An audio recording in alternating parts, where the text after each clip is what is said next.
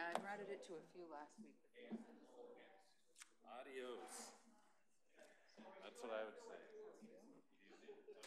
I'm writing a card for Councilmember Moss. And then we're doing the push to the top. Wonderful.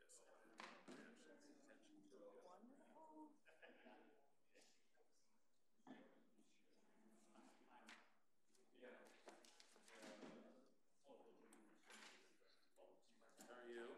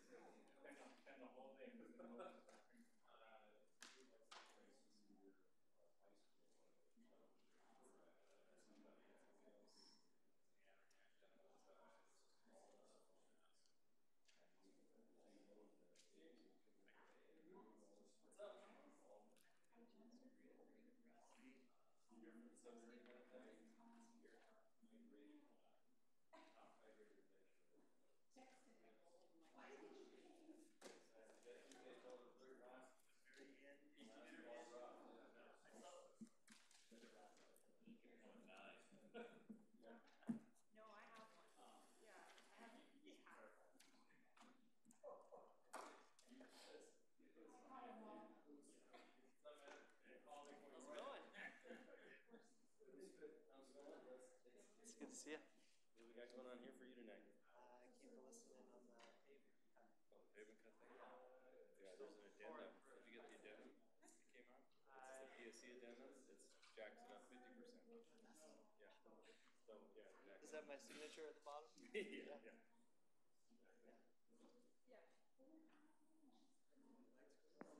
Call this Lakewood City Council for Monday, July 23rd to order. The first item for discussion is the microphone system, which has reverted to one where if you want to talk, you push the button down and hold it. The second item is the second quarter 2018 police report.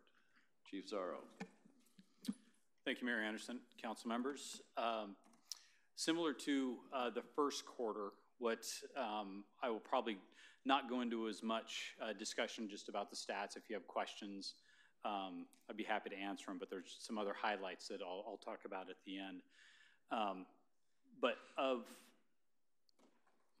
of note, a couple things of note. One, there has been a reduction, which is always nice to highlight in both person crimes and property crimes as you compare it from second quarter this year to second quarter of last year,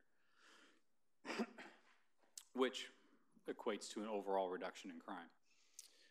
I want to get to, as you've seen before, we look at motels and mobile homes and apartments by size. So we have a better understanding of or we look at them as a ratio of calls for service per units. just because we think that's more fair. And we see our calls for service are still driven more by some of the smaller apartments and the motels, the smaller motels and mobile home parks.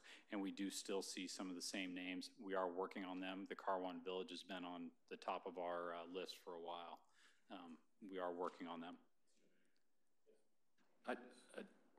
Thank you very much, Mr. Mayor. And the chief doesn't need to be here when but I do want to sometime either after this presentation or later tonight have a discussion specifically about the Carwan Village and then the number of calls for service they have, which is essentially now over 1 a day, which means, in my mind, puts them in the nuisance category.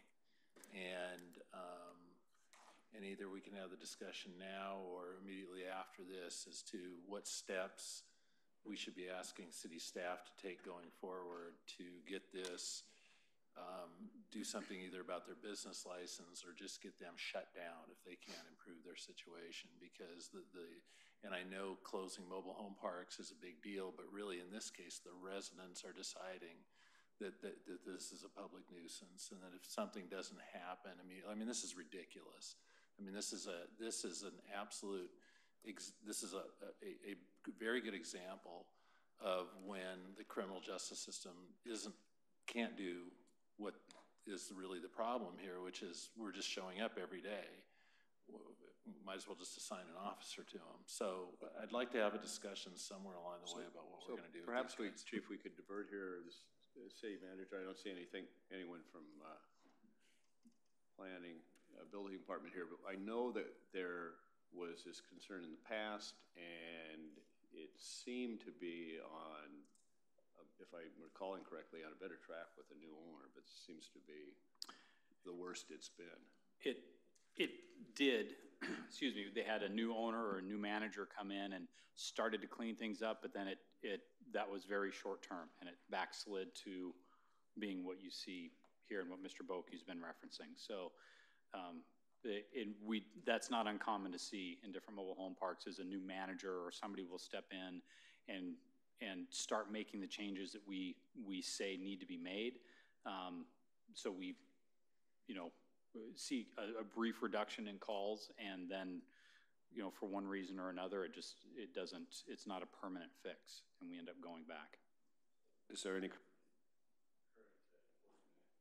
current enforcement action going on? I see Mr. Buer enter the room.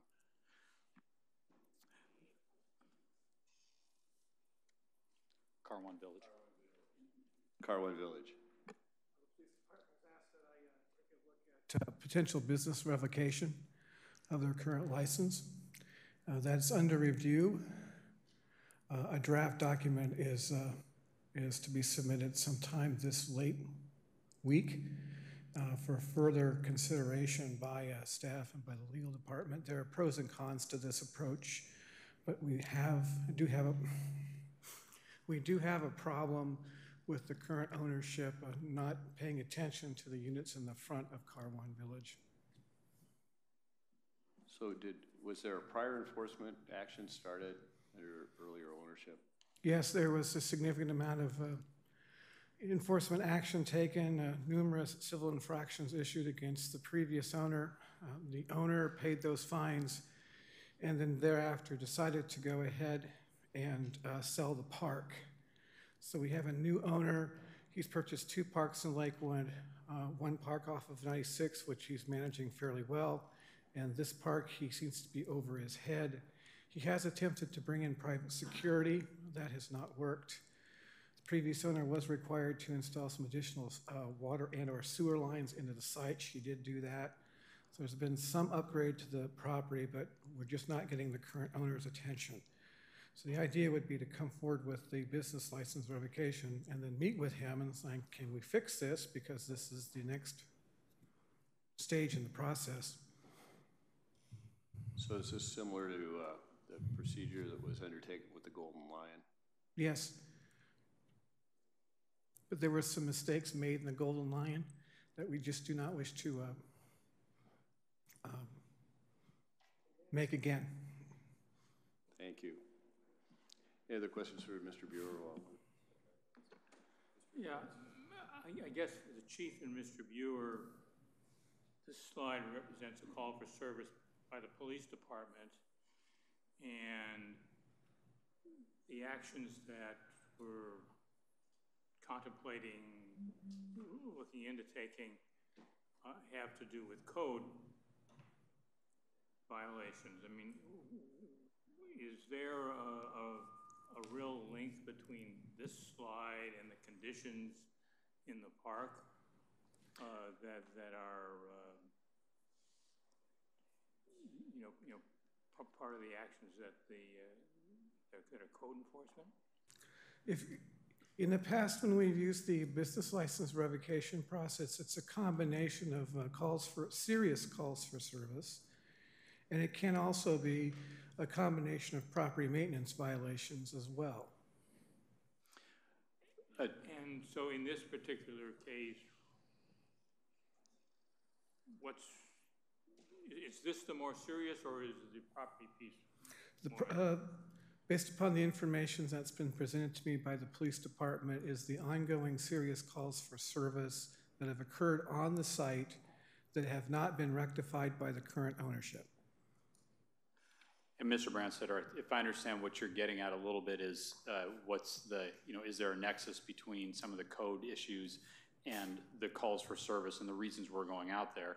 And there absolutely is, and a lot of it has to do with the people managing the park willing to be responsible for the park and what goes on there, whether it's code or the criminals that are allowed to stay there, which is a lot of what we go there for. And that is the nexus, is the management there and how much responsibility they want to take for actually running a mobile home park. So in terms of the calls for service, what's the most common nature of them? From what I hear on the radio, a lot of it is, there's domestics, and then there's people with warrants that somebody calls and says, hey, so-and-so is here with a warrant, or some of it is officers going there to look for somebody that they know has a warrant, and that's where they hang out. It's just sort of this place where people who are wanted go to hide out. Okay, so people with warrants, and it's, as you say, it's a place where they go to do that. But generally, the warrants aren't for activities that took place at the park. Sometimes it is, but a lot of times it is warrants for other, for wherever they committed their crime. Might have been somewhere else, and that's where the warrants from. Mr. Branstetter, we've also had issues with stolen vehicles on site. On the health and safety side of things, we've had people living in carports, people defecating on the site and having those materials end up in the stormwater basin that belongs to the city of Tacoma. So it's just a whole variety of things. I mean, is this a situation where they advertise for tenants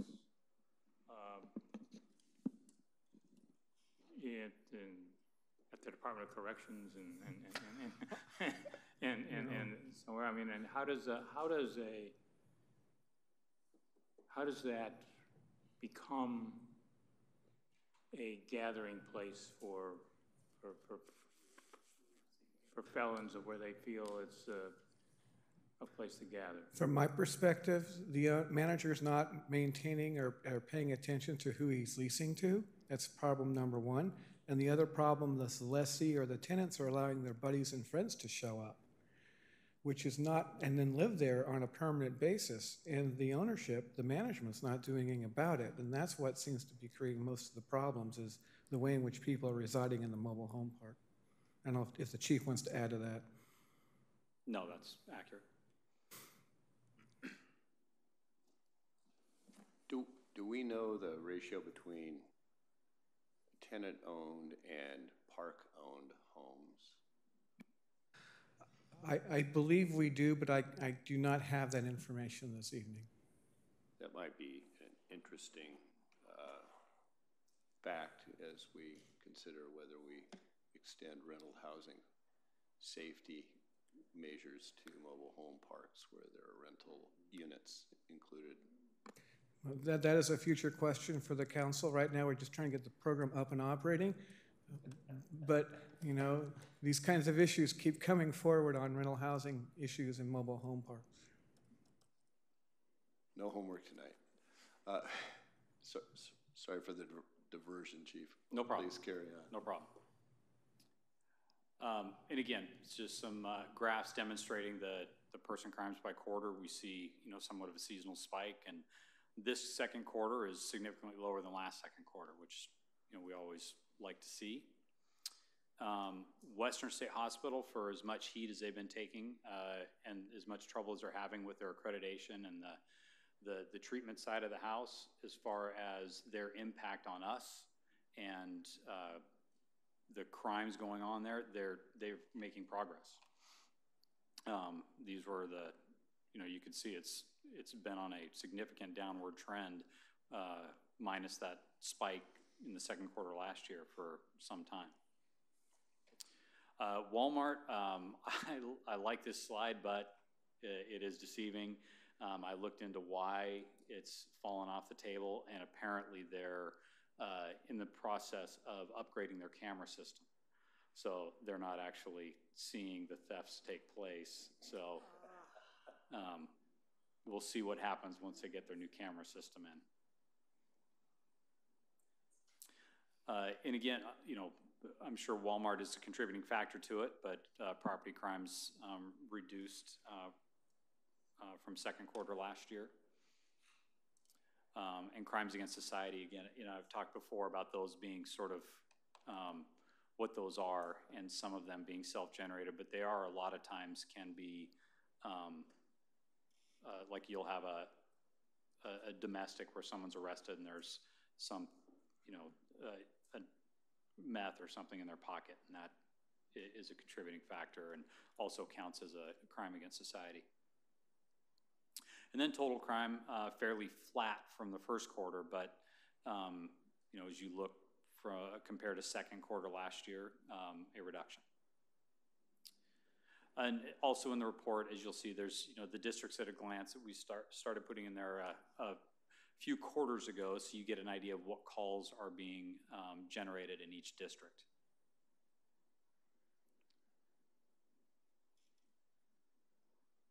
And then accidents, you know, these are something we're really starting to pay close attention to. This isn't, you know, in general, we've, you know, seen an increase over, you know, if we look over multiple years, like 10 years, but that's nationwide. I am happy to see a significant decrease from first quarter to second quarter, but still there's just a lot of collisions. They keep our officers busy. We have information related to public works on intersections that are problematic or construction times of the year that are challenging. We do, and I've produced heat maps in the past and talked to Public Works about that, and really it's a little deceiving because you can have an intersection like 108th and Bridgeport or 112th and Bridgeport that has a significant number of collisions, but there's also a lot of vehicle traffic that goes through those intersections.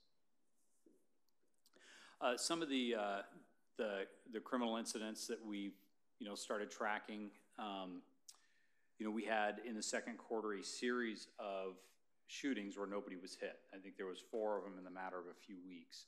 And really troubling, and just very lucky that nobody was hit because they were in broad daylight with a lot of people around.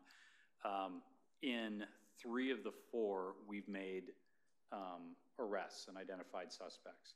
In the one where we haven't, we essentially know who was involved, but nobody wants to be a victim and say, here's what happens, yeah, they were shooting at us. So it's hard for us to make an arrest on that. However, we do know what apartments they were associated with or where they were living, and the apartment managers evicted them. So we at least got them moved out of the neighborhood they were in. We had the unfortunate incident with the Yambo family. It was the murder-suicide, which, you know, just tragic. is hard on our officers, you know, just hard to imagine.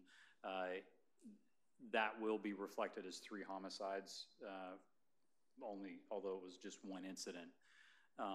But we reviewed that too. I wanted to see if there was a time when, you know, Lakewood, where we might have been able to intervene. There were actually recent transplants, or fairly recent transplants to Lakewood, from Texas up to, I think, Spanaway, and then over to Lakewood, moving to be near family, I guess. But there was no time where I saw that we could have intervened, or we had the opportunity to intervene. The second quarter, we also had the sad suicide of the 14-year-old girl that I think many of you know about. There led to some media attention and some protests at the junior high school. Ultimately, we did investigate that. I know there were allegations of bullying, but ultimately nothing that would be prosecutable.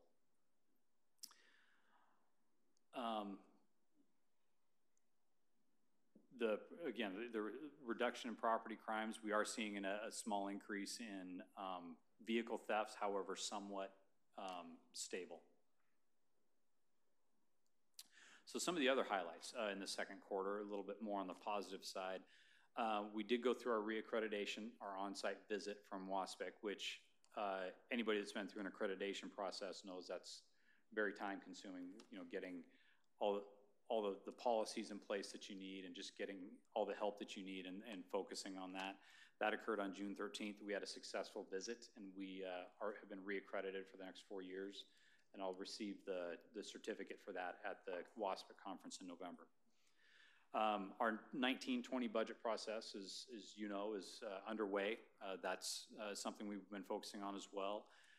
We had a small and attractive assets audit that we were working through. What I learned is that my idea of an attractive asset is different than others. We still had to track it down, though. We received the AWC Award for Municipal Excellence. Thank you to Mr. Brandstetter for representing the city there and accepting the award.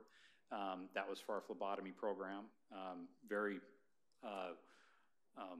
nice recognition for the program, and as I said, I think at the last quarterly presentation, I'm not ashamed to squeeze that for as much positive recognition as we can get. So if there's other awards out there for it, I'll line up to take them.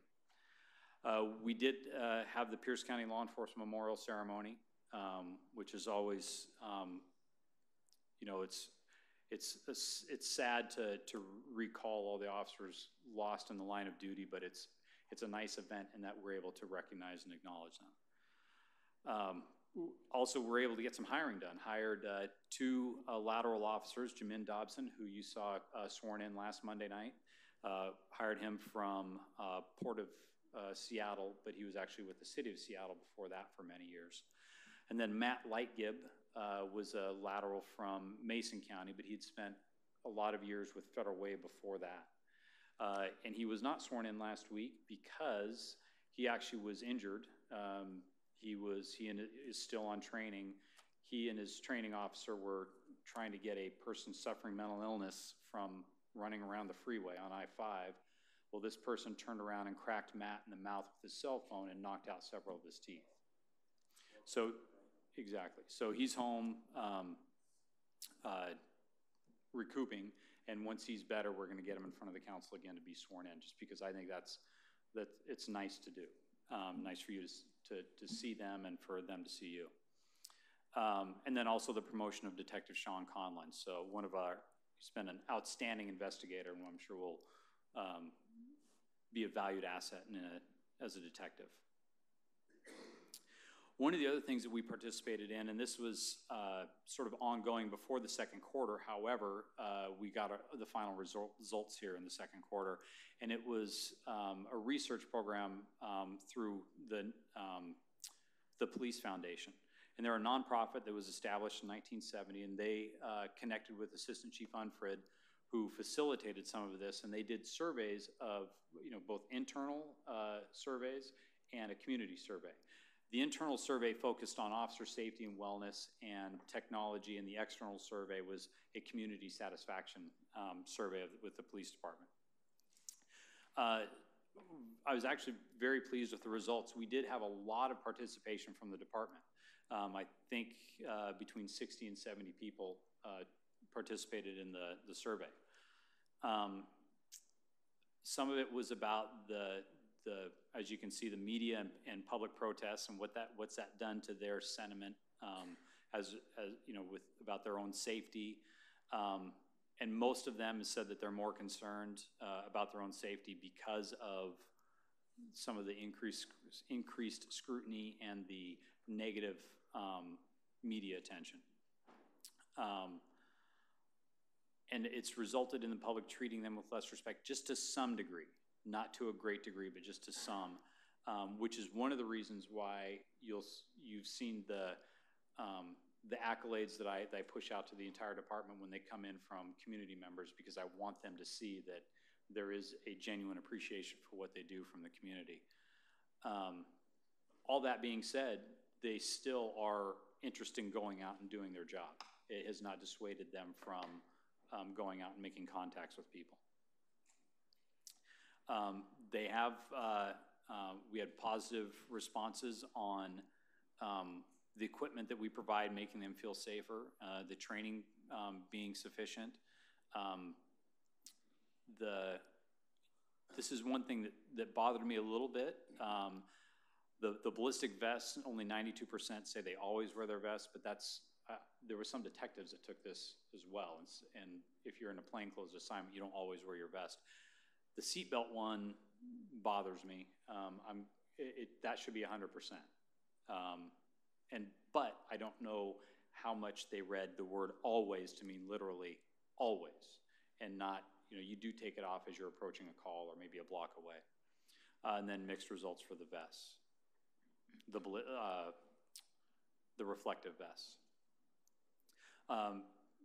Generally engaging in healthy habits, which I like to see, and 73% said that tobacco consumption was not applicable.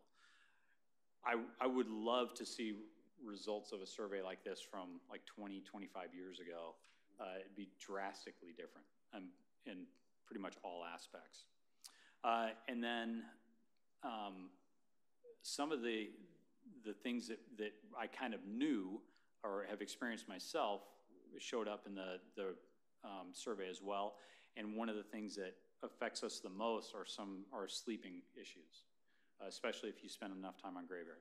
And then we had our retirement survey as a part of it, which is telling. You can see when some of the blocks we can expect to see some blocks of people retire. And just through this survey, 13 people said they were going to retire in less than 5 years. So that's a pretty significant turnover for a department our size.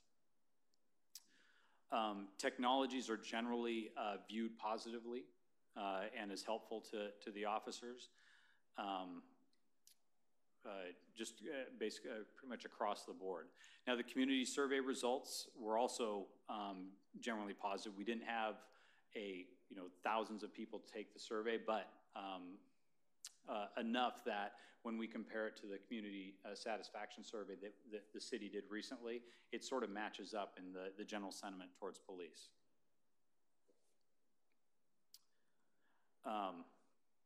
One of the biggest ones are on that mean the most to me are on the professionalism that they feel the police department has, and that they are they strongly agree that they would feel comfortable calling the police department if they needed help. And then, so that's the end of the survey portion, and I'd be happy to answer any questions there are on that. But I also threw in a little bit of statistical analysis of the 4th of July from this year, knowing that it's a current topic of discussion, even though it's technically the 3rd quarter. But as you can see, the calls for service really haven't changed that much on the 3rd, 4th, or 5th. Last year there was a dip on the 4th, but it got back to a fairly, consistent number, or a number that's consistent with years past. And I throw this out. I know that there's going to be more discussion had on the topic, and I'm actually, I put out a question to WASPIC members on a board that online board asking if there's been anybody that's had effective legislative policies on fireworks. And that's, you know, when the time comes, that'll be part of the presentation is my feedback on that. So, but I did want to present this to you tonight just because it is current. So with that, I'll be happy to entertain any questions anybody has on any portion of the presentation or anything going on with the police department. Questions from Chief Zarrow? Observation. Mr. Simpson. Thank you very much for the presentation. I just caught the word caffeine on one of the slides, and it reminded me of something I read in the Wall Street Journal about an algorithm that the Army is developing where caffeine is used in a very judicious manner to keep people sharp. So when I saw that reducing caffeine intake, you and I will have that discussion, I assure you, at some later date. Okay, well, it's the military's intent on you know, their program that creates caffeine addicts may or may not translate well into police work. Actually, the study is planned to be extended to police officers, Chief. Okay. Yeah, that's true. But that's no, true. I just saw that, and I just they're high functioning. Yeah, I just wanted to point that out, that there may be, not that I'm arguing one way or the other, but there may be there's a little more out there than meets the eye about caffeine intake. I mean, the Army is very serious about it.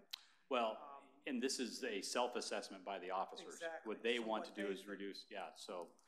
I'll be around to needle you. All right. Thanks, Chief. Mr. Whalen. So one thing that may be reflected there, but in a different manner, is how many calls or responses to service warrants did we have for the SWAT team in the second quarter? Oh, that's an excellent question. That's one that given the projects that we're working on, I should have brought that forward. There was in the second quarter, a few warrants, no active incidents, but a few warrants. I'll get those numbers and get them back to you. The last couple of quarters anyway. I don't think it's been a lot. I think we had one accolade for a recent warrant delivery this last week. Yeah, that was special ops. Our special ops that they served the warrant for. Right. Okay. So Chief, when you come back with fireworks info, could you, for simplicity's sake, put that together with aid and fire calls? Yes. So we can see it all in, you know, by year. I know sometimes they overlap, but it would, I think, give us a better picture if we saw how much, you know, truth versus anecdote, how many fires there actually were or were not, and yeah, absolutely. And AINCAR, how many people blew their hands off, whether or not they did. Yeah. Yes, absolutely. Thanks. Any other questions? Thank you very much. Thank you all. We move to rental housing safety program update with Mr. Gum and Mr. Buer.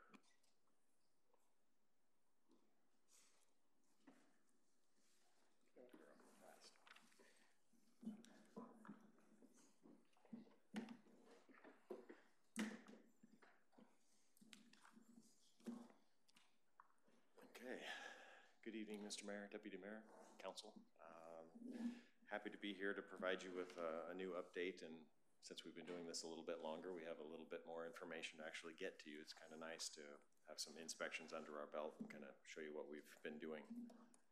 So with that, kind of show you what we're going to do. We'll go through some of the same stuff that we've done in the last slide, show you some of the program registrations, trends, property types, kind of where we're going, what inspections have found, some of the common things, and near the end kind of show you some of the good things that we found as well. So it's not only a program that's revealing issues with properties that are in a negative manner, but ones that are kind of nice to see, and owners that are actually doing a really good job out there. So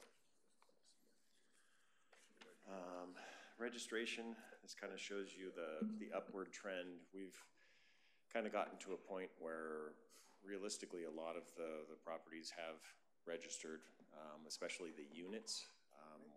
What we're seeing is total rental properties have kind of plateaued at about 2,000 registered, 2,100, and about 10,300 of those being rental units that are registered. Honestly believe that a lot of these properties that haven't registered, the thing is they're single families. These numbers are kind of being weighted down by single families that tend to flip and turn fairly quickly. They're not very easy for us to kind of put our finger on and figure out which ones they are. And when we do, it seems like they're turning quicker than we can keep up with. So a lot of these numbers are weighted down by that. Most of the multifamilies have complied. There's still a few out there that haven't. They aren't any of the really big complexes, so it's kind of just some of the outliers and some of the smaller ones. And we're working to get those ones into compliance, kind of following through with writing letters and calling and contacting and code enforcement, all kinds of fun things. As you can see, the registered percentage of total, the rental units, you're looking at getting close to 80% of the actual rental units, at least known rental units registered, and getting close to 60% of the rental properties. And again, single family, I think, is weighting this down a little bit. And we've got about 2,000 properties that we originally thought were rental properties that have been exempted based on they're either owner occupied or their family lives there, or they're sold and they're no longer rental properties. So we've had some exempted from this as well. Here's where it's a little bit different than last time. We've started conducting inspections in April. As of last week, we completed 74 inspections. Starting to do a lot more multifamily properties. When I first showed you this slide, it was primarily single families that we'd inspected, or at least I think it was 52% at that point in time. So we're starting to get into more multifamily properties and inspecting some of the bigger complexes. The next slide will kind of break those numbers down for you. And these numbers have changed a little bit, I can tell you. Up to last week, when you go to the two green columns, total units inspected and total units. Last week, the city, we've added 61 units that were inspected, so now we're looking at 340 units roughly that we've inspected, and another 215 total units that represents. So we're looking at a fairly significant number of units that we've started inspecting since April. So that represents how many city inspectors doing the work?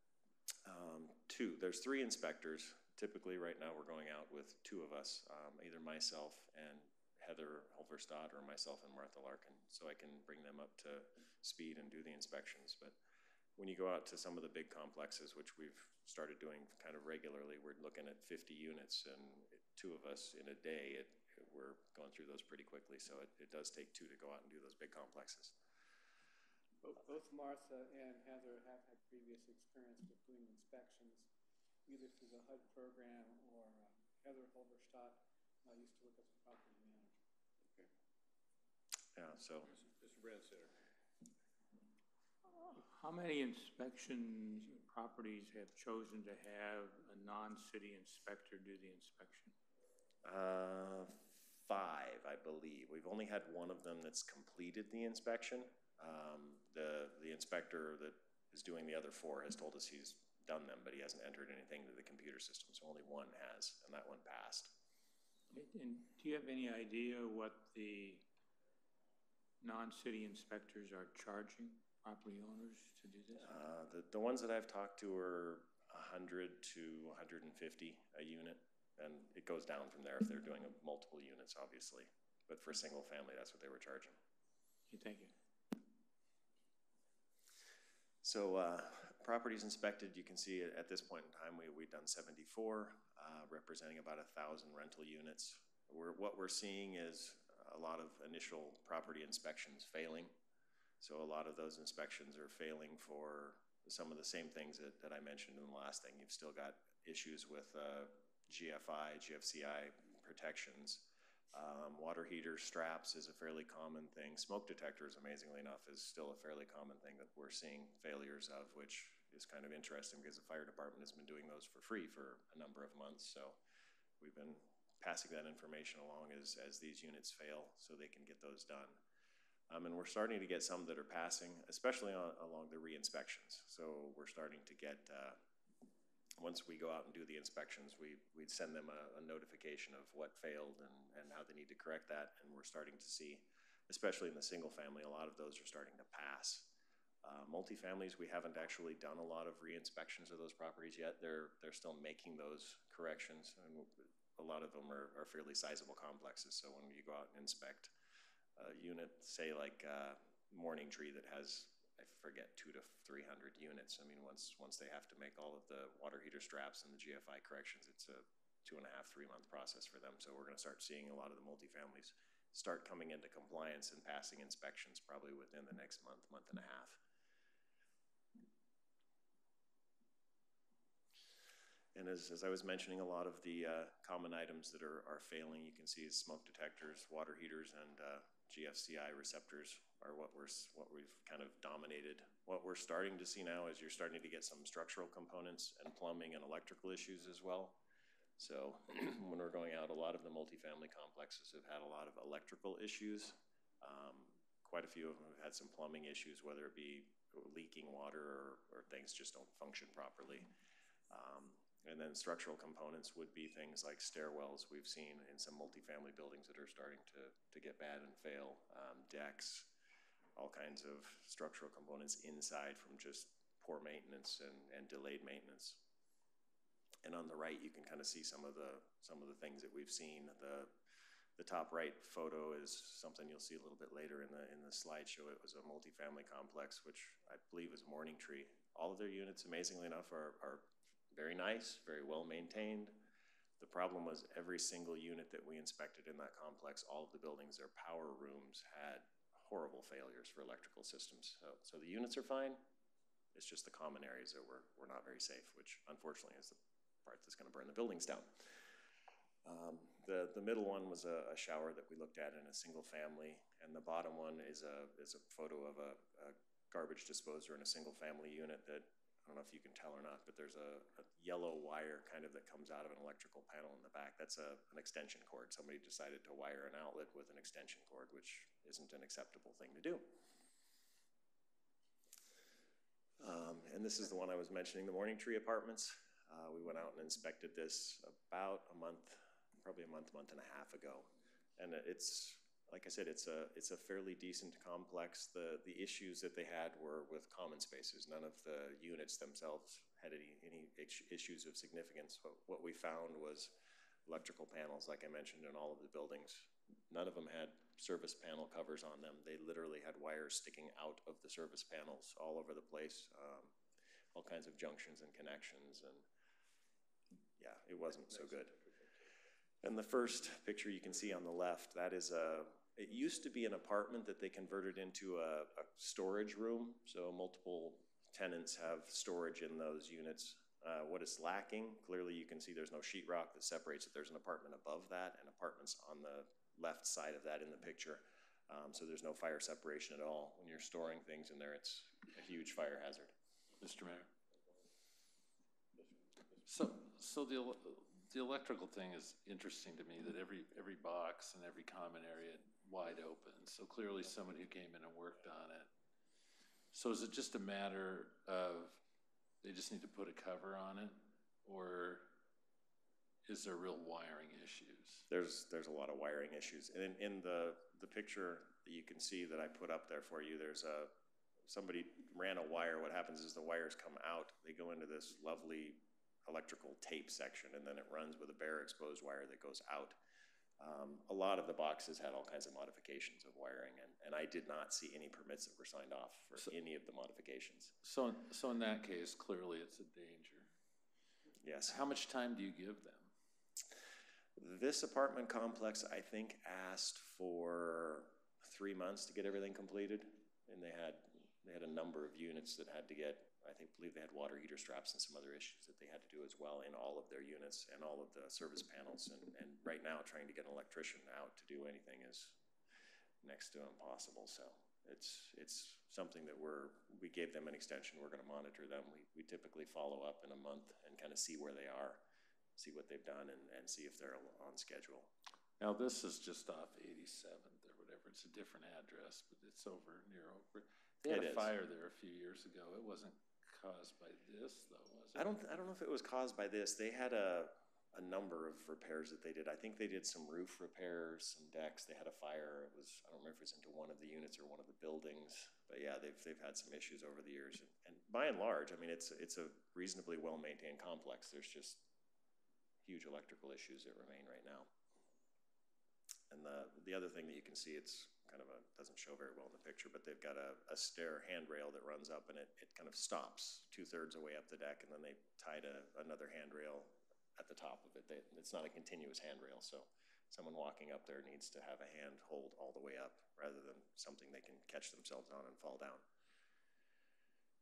The next complex that we looked at, this was what we're starting to see is building enforcement is going out and looking, or at least they're getting calls, and they're looking at properties that have stairway failures or deck failures or water intrusion. The building department goes out and looks at these units, and then they send the information on to us. We then follow up with the owners and send them a letter of required inspection, so that once they have code deficiencies that are identified, the rental housing inspection program can have those units inspected. In this case, there was 32 units. All of those units had significant structural issues. There was the typical flat roof, 1960s era construction, and for the most part, there had been no maintenance on this building for years. So the ceilings have been leaking, from the looks of it, 10, 15 years, possibly even longer. So almost all of the bathroom ceilings had sections that had fallen out. In this case, you can see this was a second floor apartment, and it was vacant, luckily, when we showed up. But all of the ceiling rafters you can see all kinds of extensive dry rot and damage. The water, what's happens when it puddles up on the roof, it's a flat roof and it has curbs around it, so you end up with drain pipes that run up to the top.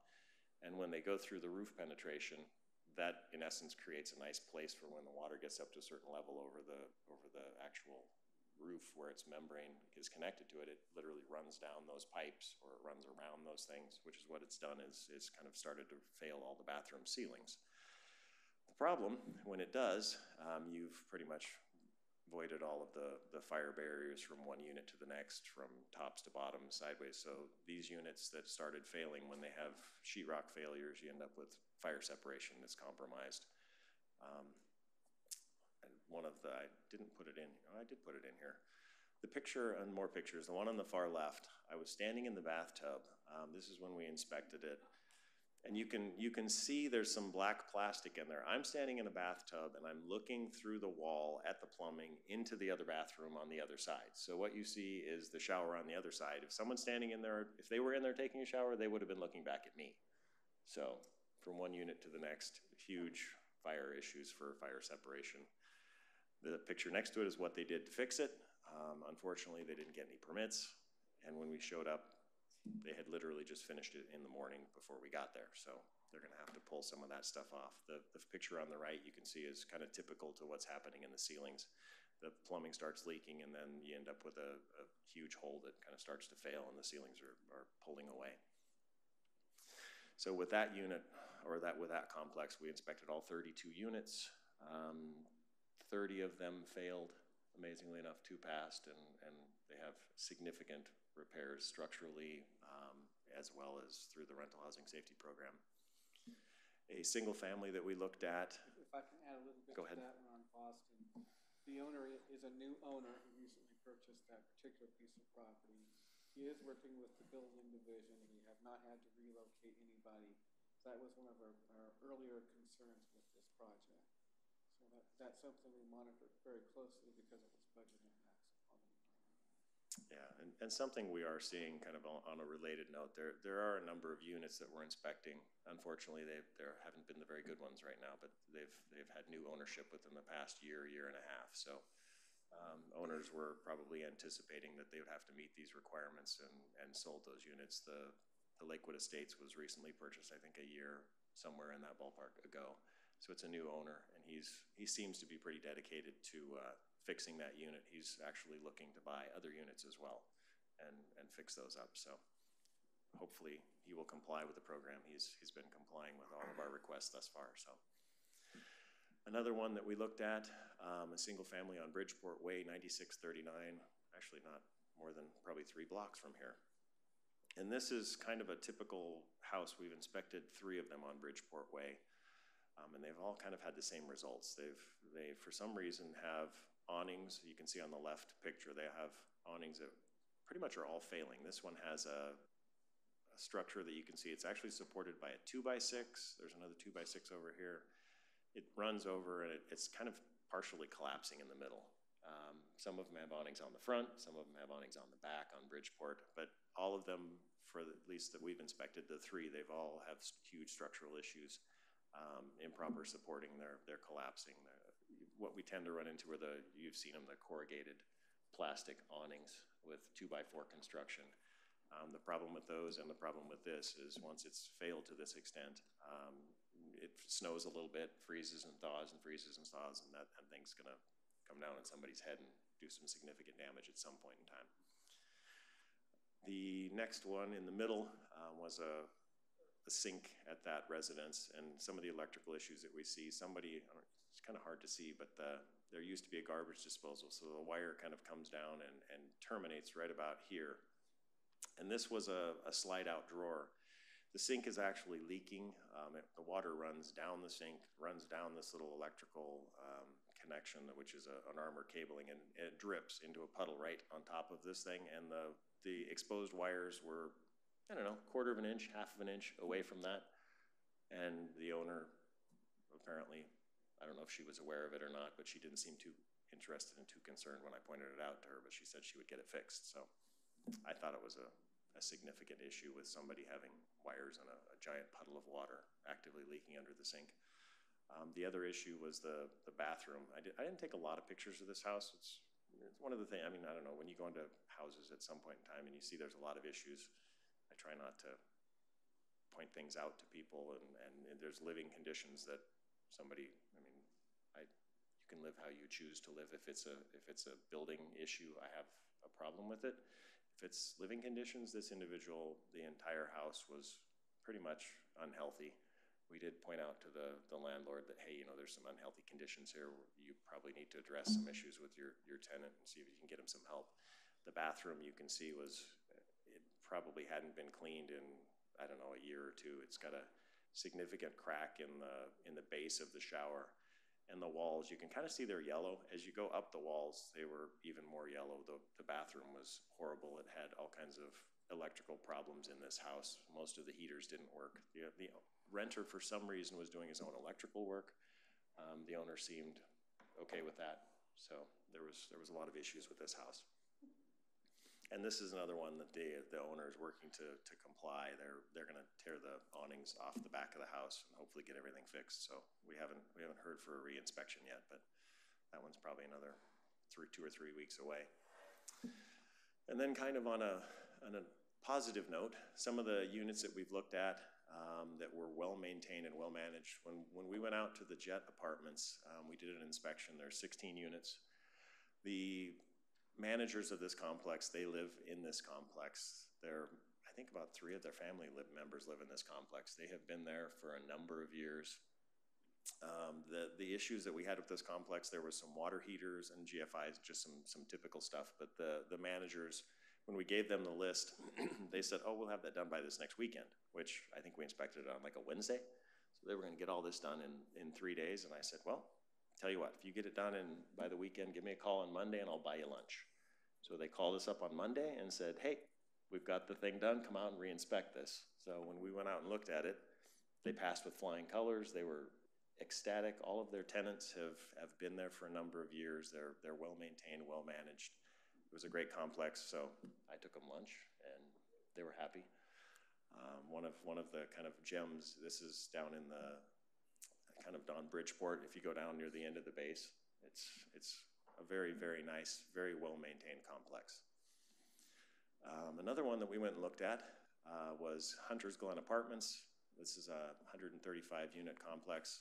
Again, this is one that when we went out and inspected it, it had some small issues, some electrical issues, some sinks and stuff were backed up. It wasn't anything that was of significance. The reason being that the maintenance individual that we went around with said he has lived there and he's been the maintenance guy for 14 years. The apartment manager has been there for 13 years. Probably the nicest landscaped apartment complex I've ever seen in my entire life. I mean, it's absolutely impeccably maintained. All of the tenants, the maintenance guy knew every single person in the complex. I mean, it was by name, talk to them, pet their dogs. I mean, he knew everything. It was kind of neat when you go out and you see these complexes where people take great pride in their buildings. Obviously, the owners with this complex, as well as the jet apartments, have done a lot to maintain it. They've re-roofed them, they've painted them, they've pretty much done whatever is required to keep these up. One of the other ones that I just wanted to include, we looked at, I think last Wednesday or Thursday, was Brighton Place, which is on 83rd. Another apartment complex with management that's been there a long time, maintenance has been there a long time, and they were beautifully maintained. They passed at their initial inspection as well, so they were a great complex, great management, great owners. And then kind of where we are moving forward, we've got, again, there's actually more inspections. When I put this together, there was 50 properties that we have set to inspect. 262 units will be inspected at those 50 properties. I think we've scheduled probably 10 or 15 more inspections since then. What we're looking to do kind of moving forward on August 1st is to mail out a reminder letter for the lottery owners that they need to get their properties inspected. One of the things that we included in the memo was on September 31st, October 31st. We're basically, the notification is going to say that you have to get your properties scheduled to inspected prior to that point in time. Otherwise, city staff isn't going to have time to do a free inspection for you.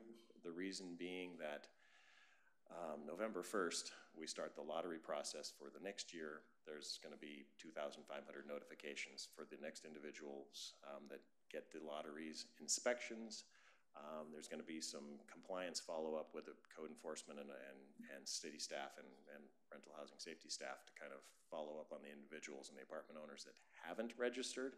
So there's going to be a significant amount of work at year end to kind of try and get everybody into compliance, do enforcement of those that have not, and then get the next year started. So we're still going to do inspections for individuals after October 31st. We have a number of them that are already scheduled for November and December.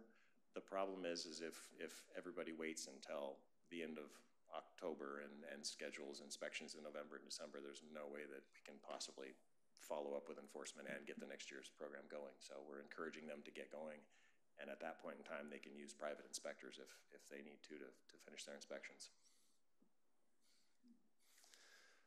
And then we'll continue to monitor inspection trends, work on enforcement of unregistered properties. And in the memo, there was 3 options that we've included, kind of how we're going to look at enforcing unregistered properties. The thought being a 3-phase. So in phase 1, we would basically notify the owners of the complexes clearly that they're not in compliance, and see if there's a way that we can notify, say, their banks and their insurance companies that, hey, you've got a property who's not followed the rental housing inspection program. There's potentially some issues if they're not doing that from a legal standpoint, as well as a public safety standpoint. So hopefully we'll be able to get some compliance that way. The second one would be you're going to have to do some form of code enforcement activity, and code enforcement activity would be under 5A, I believe it is, where we would do ticketing of the property complexes. So there's a fee, or there's an assessment basically for not complying, and those kind of ratchet up fairly quickly, and it's a per day, per occurrence sort of a fee. And then ultimately, if somebody chooses not to comply, and we've done what we can to kind of cajole them into the process, then ultimately it could lead to a closure of their rental complex or rental unit. So hopefully we don't get there, but that's kind of the 3-phase approach that we're looking at. If I can, we can just talk very briefly on apartment closures, because it was a part of the report.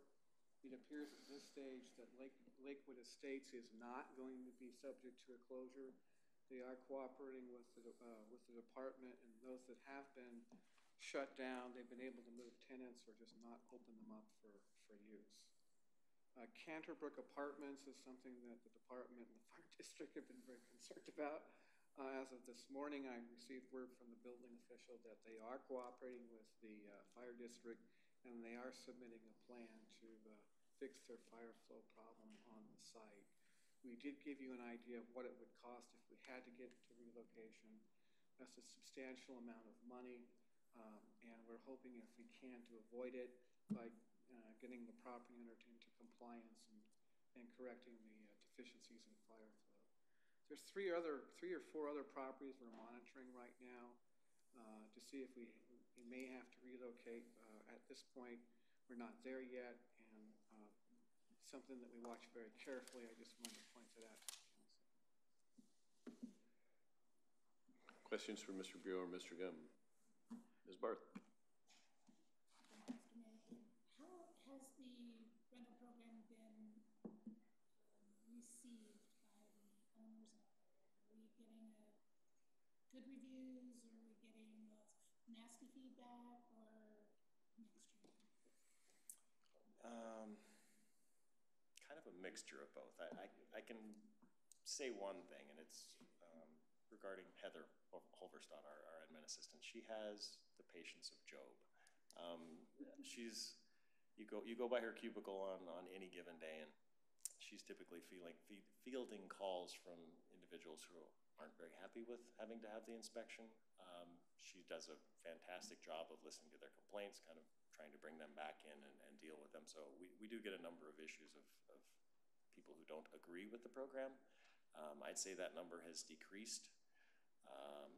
There are a number of properties that we've gone out to, and people have said, hey, it's about time this thing happened. And clearly we're doing our job to maintain these units. Tenants have been fairly positive. I don't track those numbers. I mean, from what I've seen, it's becoming more positive than it was originally. There's still some of those outliers, and unfortunately, Heather gets to deal with those kind of on a daily basis. I would say that because of Heather's client service skills, it is more positive than it would be if we had somebody else in that position. Yeah. She is phenomenal at trying to talk people down and working with them and maintaining a very positive attitude. And when people come in, she always is smiling, and rather than being combative or anything of that nature or getting cranky, she doesn't do that. She keeps a smile on her face as she walks people through the process. And I really want to give credit for Heather, because I don't think we would be as successful without her. So I'm curious, when people come in to talk with her, do they have to have an appointment, or do they just show up and run by her? They just show up. I mean, they could schedule an appointment. Typically, they just show up at any point in time, and either Heather, Martha, or I can go out and help them. For the most part, Heather's been doing that.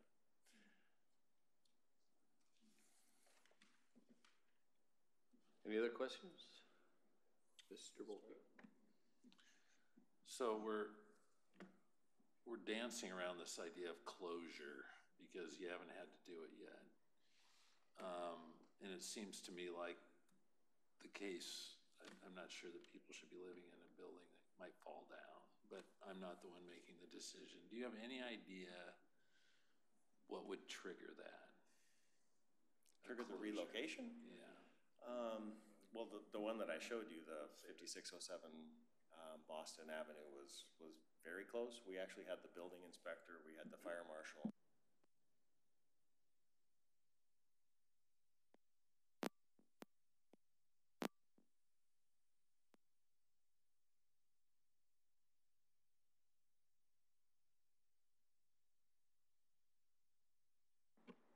Hey, there we go. I don't know why I did that. Strange. So the building official went out and determined that fire separation was fairly insignificant based on what The illegal work that they had performed to put it back together.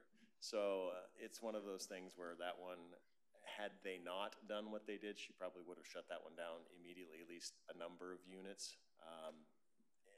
What's going to happen is they're going to have to pretty much tear that building apart and put it back together and get permits to do so. But there are some units out there that I do foresee are going to fail, and it's typically, we don't shut them down for I mean, even if they failed probably half of the things on the inspection checklist, they may not necessarily be building closure checklists. But when you're looking at ceilings falling down and fire separation, that's where we get pretty serious and we'll shut them down. So I do anticipate seeing some of that pretty quick. Mr. Boki, I thought for sure on this particular one, Lakewood Estates, that it was going to fail. Yeah. I was surprised that the building official and fire marshal indicated that they've done just enough to get them through. So in their case, they have enough empty apartments where they can, because what you're showing me is there's dry rot, so it looks to me like. That was a unit, that one that was significant, that was vacant. It has units that are on the sides of it that are not, however. Okay, so they're gonna have to be moving people around because they've got to replace whole joists or whatever the case may be. Yeah, that building's gonna require all kinds of structural assessment too, so before they can even do any repairs, they're gonna have to get an engineer out there and actually assess that building to see what's damaged and what's not, so they're gonna have to remove. It's also two structures out there, so there might be some tenants in the worst building that go to the other building while they perform the work. Any other questions? Thank you. Thank you. Throw wood at it. Let's see. Now we move to review of engineering and pavement standards with Ms. Kelly Fong.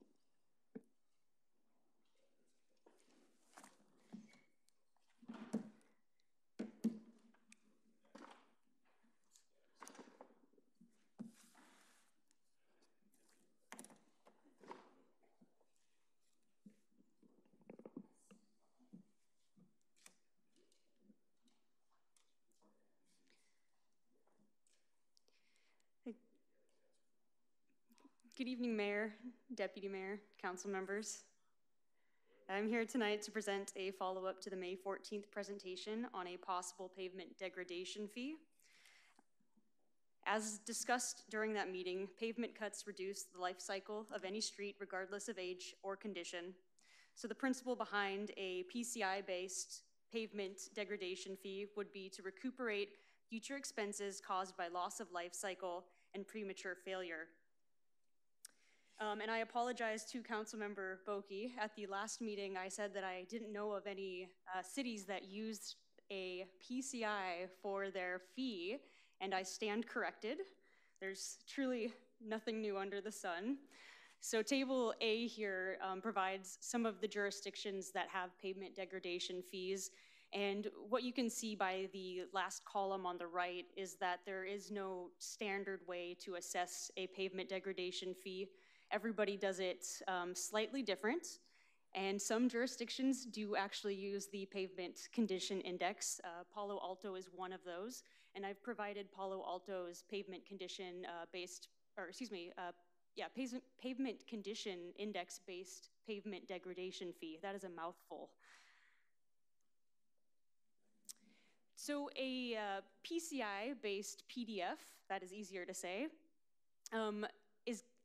could be based on the PCI score, the road classification, and the road composition. What you're seeing here on graph 1 is the critical PCI, and that is typically the tipping point at which pavement begins to show significant increase in deterioration rates and preventative costs quickly escalate, which ultimately increases financial liabilities for the city.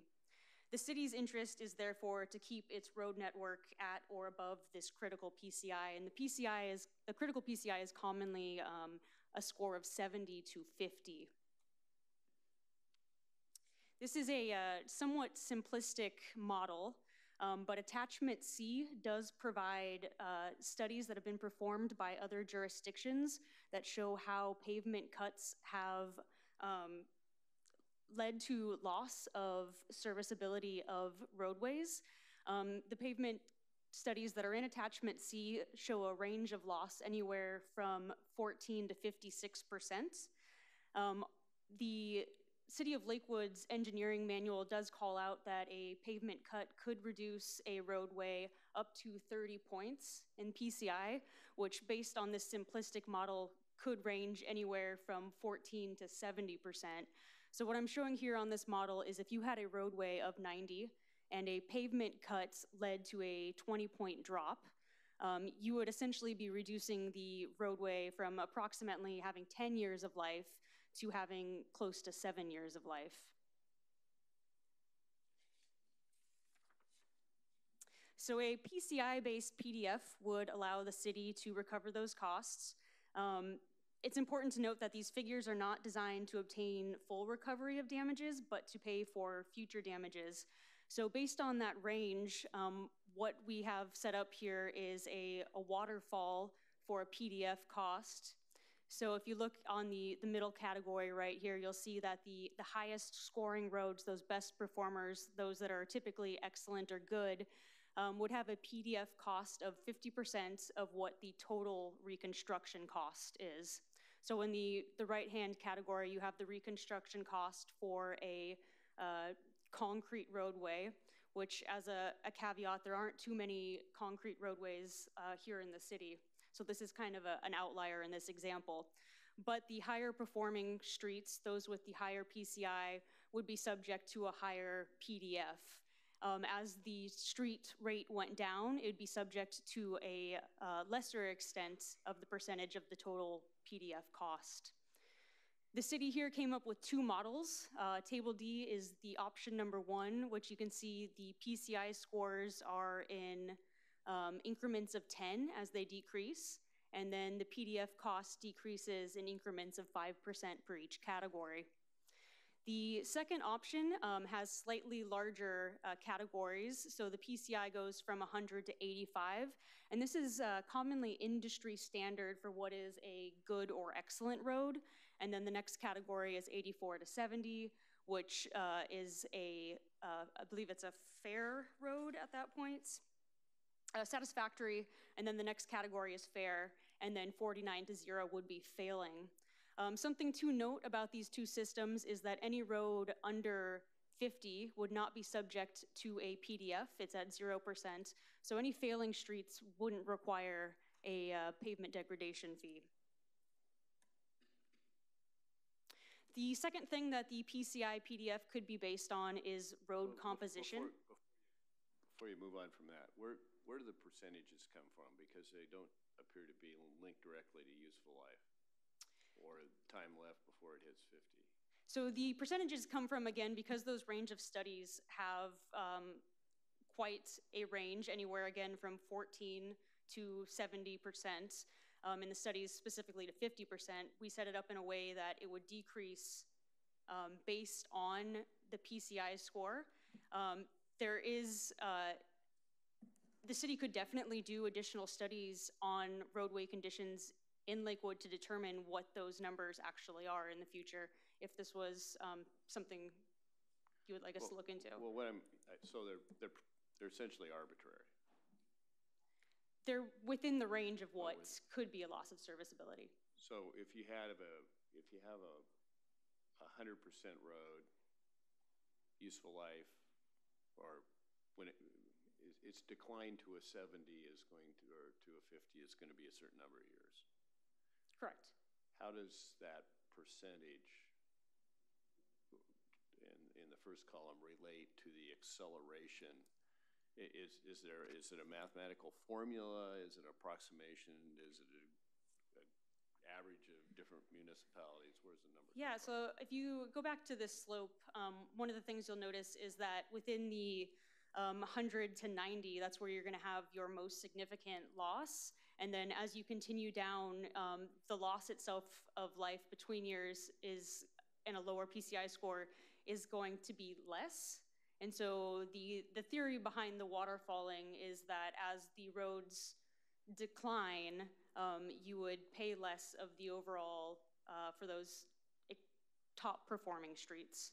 So for example, if I cut into a roadway that had a 60 PCI and it reduced it to a 50 PCI, based on this kind of average model, you're really losing about a year of serviceability. And what would, and the useful life is 15.75? Is that the yeah, this is milepost? based on a model that for asphalt, that a service life should be 20 years. Okay. Mr. Bulkey. Thank you, Mayor. So are you using 20 years as your ultimate, or the 15.75? The model is assuming 20 years. The model is assuming 20 years, okay. So when you're at 70, you're assuming you've got Approximately 7 years of life. 7 years of life. So if you bring it down to 50, you bring it over, and now you lost 2 or 3 years. Correct. Okay. What are we charging now? For a fee?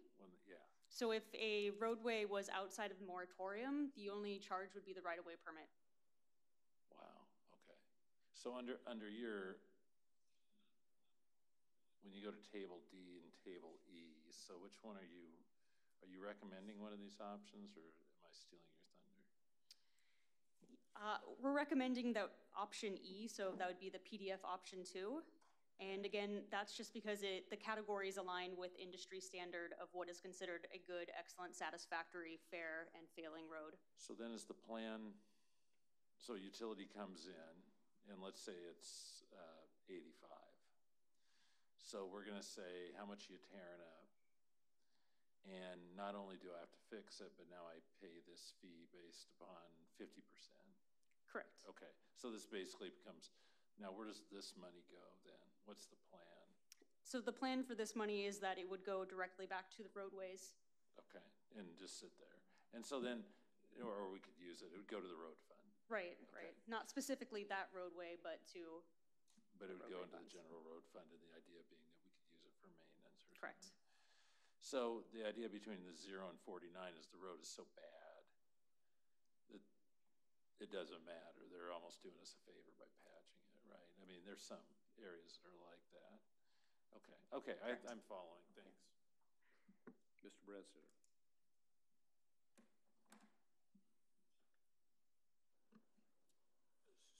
So PCIs for roads are done by road segment. A few hundred yards, whatever, significance of blocks. So I don't see anything here that talks about if somebody is making a cut so that they can be an electrical line or to fix a line to a residence. Okay, in other words, I'm trying to understand how a 1 yard cut, maybe something that's a foot wide by 9 feet long, how that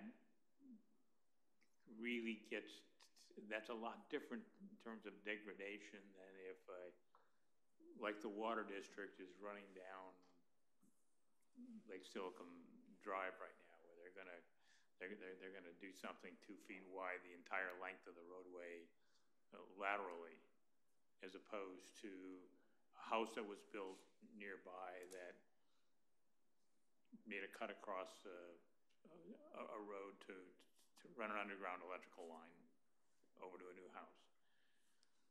That, I don't see how we say that the impact is the same per square yard on that, because we're gonna go to the next year, and in one case, that the PCI of that segment isn't gonna change. If there was a 1 yard cut somewhere along that segment sometime, whereas if there was a 200 square yard cut, yeah, maybe we would, but I don't see any allowance for that. There's just an assumption that if you do something by a square foot, I mean, it's like we do more degradation by repairing potholes in the way that we do it, where we cut pavement and put patches in than some of these really smaller cuts. So was there any consideration to saying, while there is a square yard fee, the fee starts when you do 20 square yards, as opposed to one, to be able to go and do that? Because one could even not necessarily be a utility company that's doing it. Is someone getting a right-of-way permit for a variety of things that have to do that.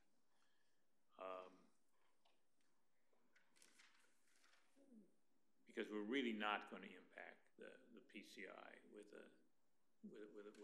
cut of 1 or 2 yards on a particular roadway segment. So there have been some cities that do have a threshold of size, but I think the argument for anytime you cut into the roadway is you put seams that have to be closed, and those seams inevitably will allow moisture and water in and begin to degrade around the seams. Okay, so, and I guess our current practice is we have a right-of-way permit fee. What's the difference in the costs between what we're doing now and what this would do? And other than it's always better to have more money than less, I guess, why change other than to get more money? Sure. So the right-of-way fee is to cover the administrative costs of, say, the inspector and the review of the permit itself.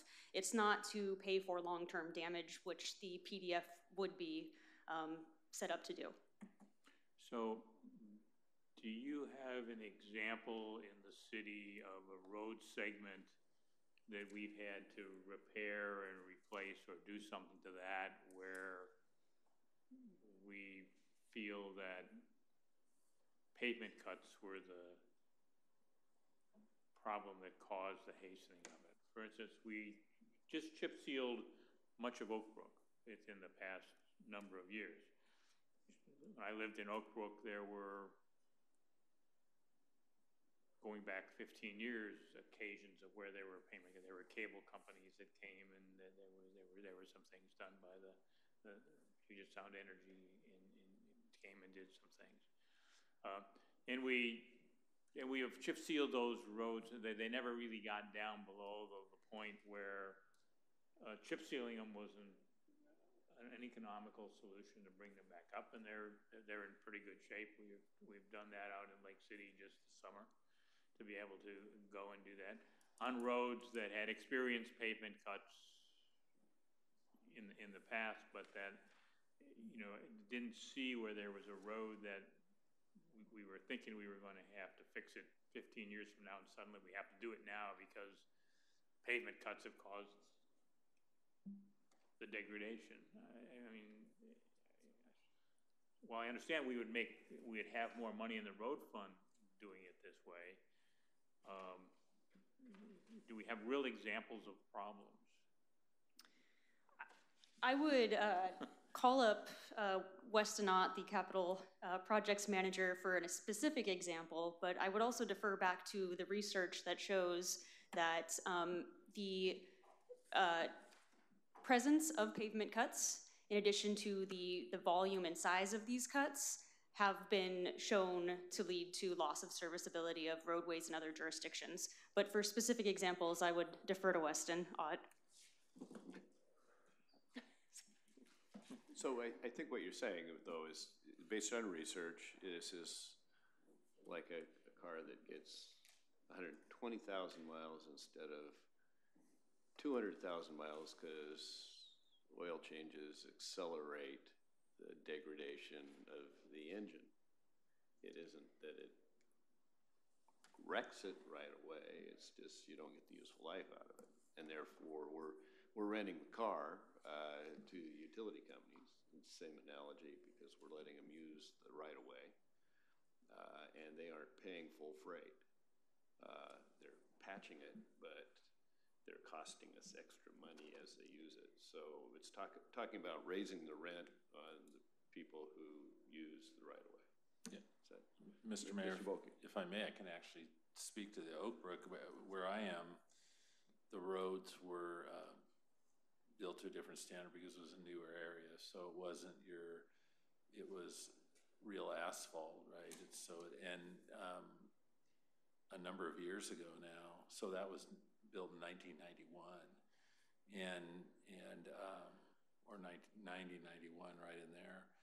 And the only thing that's occurred, and we didn't need to get chip sealed, it's held up, but Click came through, I don't know, 10, 15 years ago now, and did a small trench. It didn't even seem like it was very deep when I watched them do it, but they did the entire neighborhood, right? And that is the only, and I mean, they dug a trench, and then on either side, they put the tar. And I think the cities probably had to come back and redo that tar because it's separated after a while, you know, that it doesn't cover the crack anymore. It just wears itself out. I don't know how it works. So it has degraded the road. Otherwise, I would have still a pristine road without any, because there's not much traffic on it. And that degraded the road, and I don't know how much time we lost, you know, because of that, because we're even with that, we're pushing out close to 30 years, right? Is that what we're doing? Yeah. So that's an example. Mr. Simpson.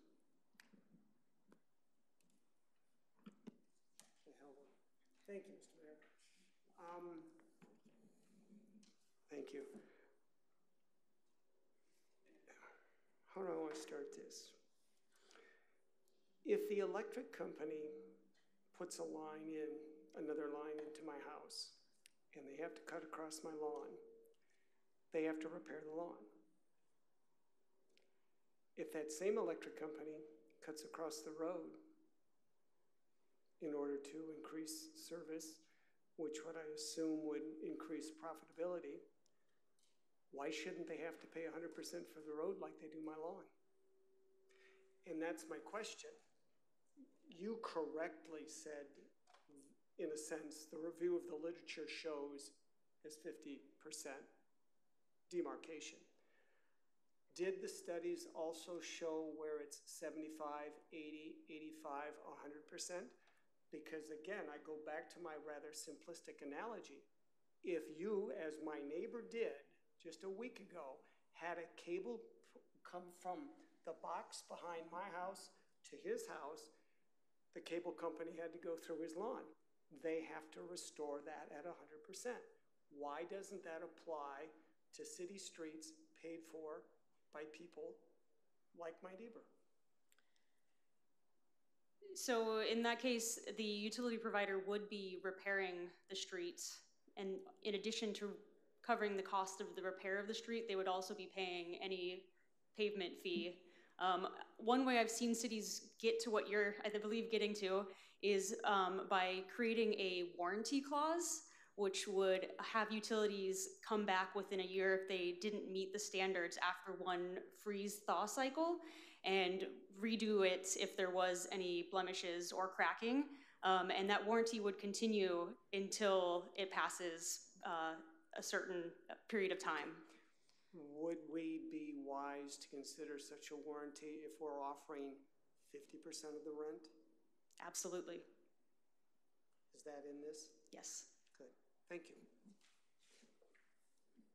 Mr. Branstad.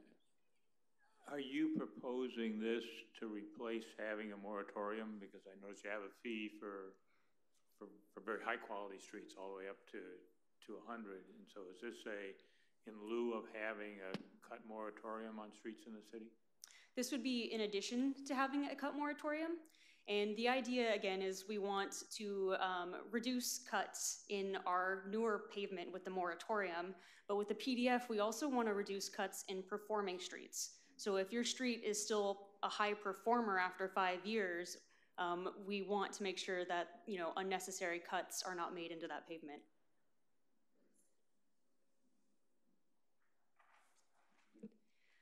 So in addition to PCI score, the PDF could also be based on road composition. And to kind of continue with the mayor's analogy of the car, you have some cars that are, say, Toyotas and some cars that are Acuras.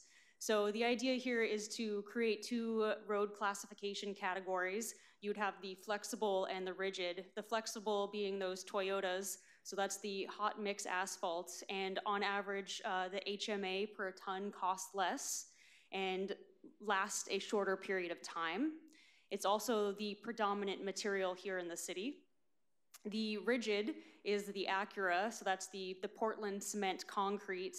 It typically costs a little bit more. You also typically need more material in concrete roadways. So it costs a bit more per tonnage, and you're gonna need more volume of those roads, or material, excuse me. In addition to the PCI score, the road composition, it would be further broken down into road classification. So we recommend creating two categories, one being high volume corridors, so these would be all of the arterials, and the second category being medium to low volume corridors. And the reason it's broken down into these two categories, again, goes back to the material necessary to redo these streets. As you can see, there is quite a bit of difference between the material needed for a high volume and a medium-low volume. And so your rate per yard is going to be higher for the streets that require more materials.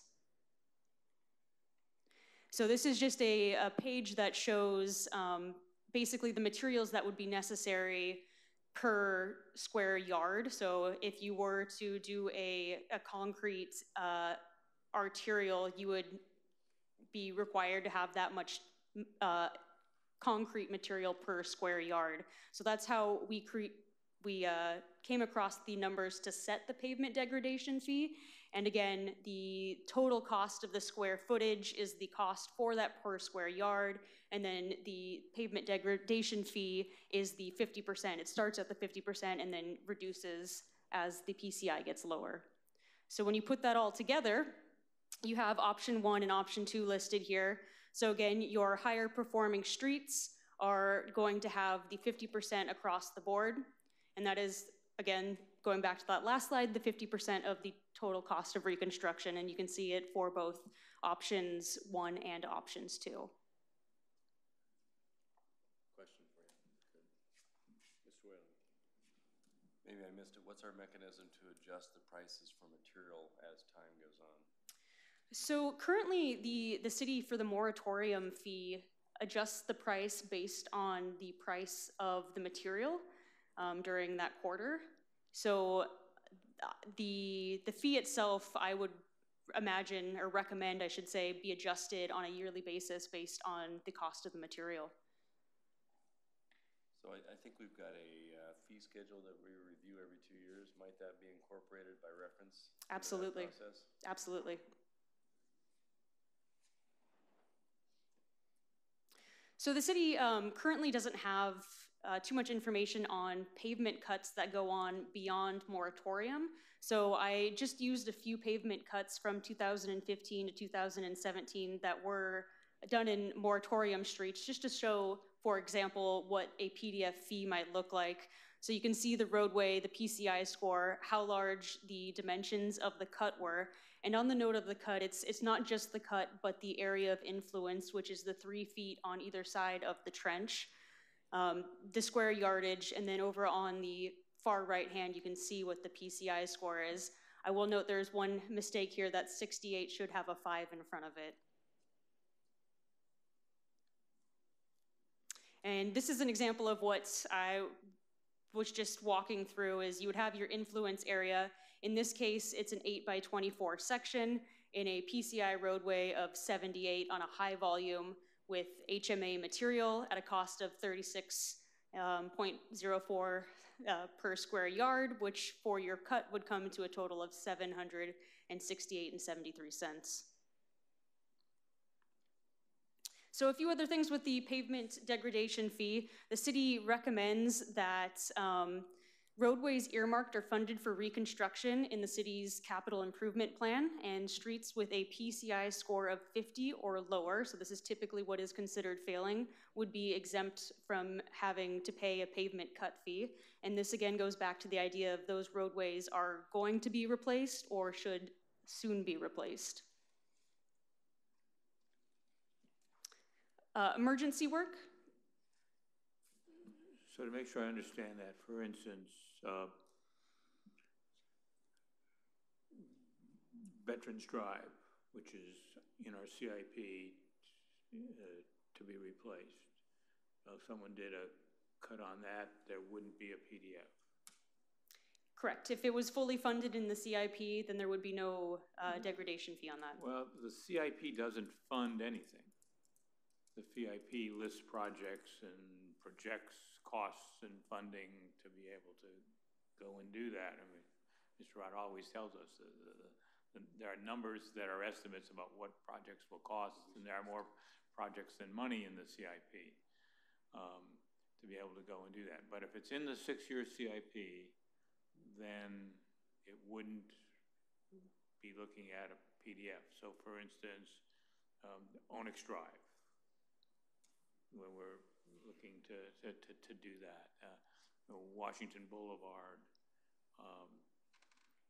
Stelicum Boulevard, which are the current major things in our CIP now, and some Gravelly Lake Drive, the parts that aren't having the trail done this year.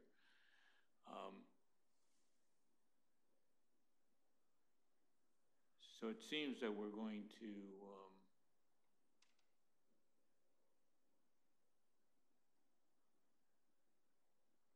that'll become an element of the, and when we say the CIP, we're talking the 6-year tip. I guess I'm trying to understand what is the, what we're talking about here, because transportation, I'm used to seeing the tip. You know, in the budget, there's a CIP. Maybe Mr. Ott can clue us in here.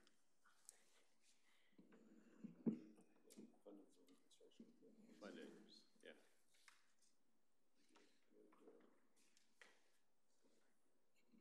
So initially, we had a discussion, should it be the 6-year TIP, Transportation Improvement Program, or the Capital Improvement Program that's part of the budget? And as you correctly pointed out, in the TIP, there's projects that even though they may be shown in the next 6 years, we may or may not have funding for that.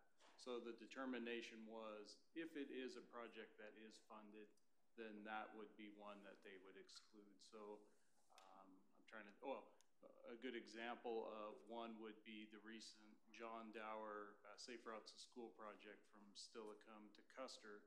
It would have scored both in that 50 or lower, and it was in our capital improvement plan. So therefore, if a utility came in, they would trench cut, repair it, pay their right-of-way permit fee, and go about their business. But really what Shannon is getting at here is our roads that we've put a significant investment into is protecting that investment. So here, are we talking about a 2-year, I mean, it's within the current biennium budget? Is that what we're talking when we say the CIP, or are we talking a 6-year projection? I mean, I think that would be open for further discussion. Is it the next 2 years or 6 years? But what we were trying to get at was something that would be, you know, not guaranteed funding, because nothing's guaranteed, but something that funding would be anticipated. It would be secured funding. I mean, because one of the things we've talked on a number of occasions about wanting to do is to get utilities to do work in conjunction with our road projects, as opposed to immediately after, or even immediately before, tear them up, so we can come and tear them up in 2 years to be able to go and do that. And you don't think that this would incentivize the water district or someone to say, well, they're gonna tear that road up in 2020, let's go do our work now in 2018. I don't think it would necessarily be an incentive. A couple examples for Puget Sound Energy, they have certain pipe that has to be repaired because they found different lots of pipe are subject to failure. And so if they know that ahead of time and they also know that we have a road project, that'd be a great opportunity for them to get in and pothole, make sure it is that pipe that needs replaced and do the replacement. Same with Water District. If Water District has their capital plan figured out and that can align with our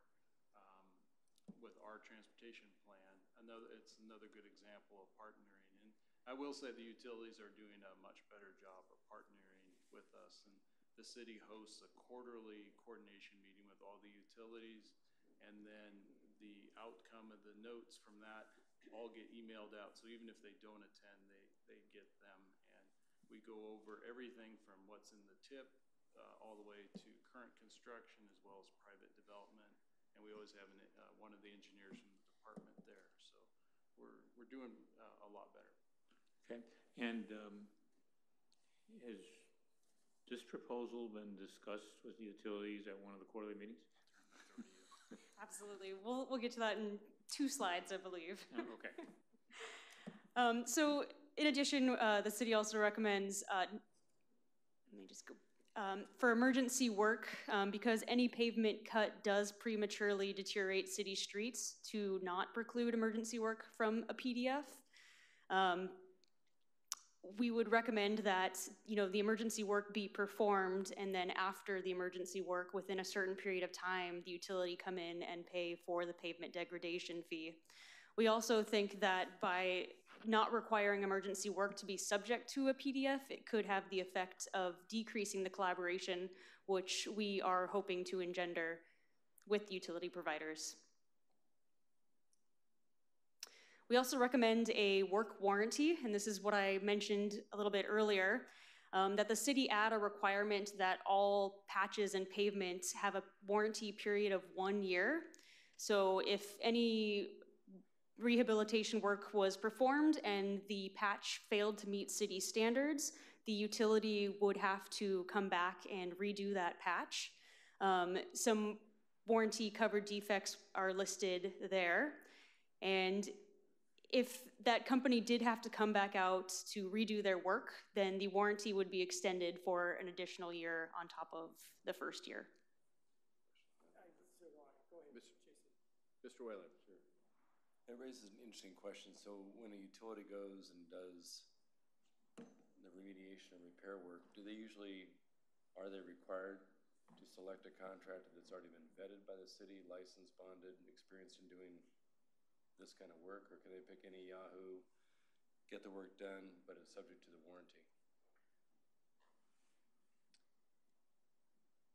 We'll have to get back to you on that, but typically the corrections are either made by the utility themselves, or everything I've seen, they bring in a quality company. So is it often that utility companies actually have crew that can do some of this work themselves? It really depends. When it comes to pavement, they'll bring in asphalt patch or Puget Paving or some of those other companies that are really good at that small range projects. Okay.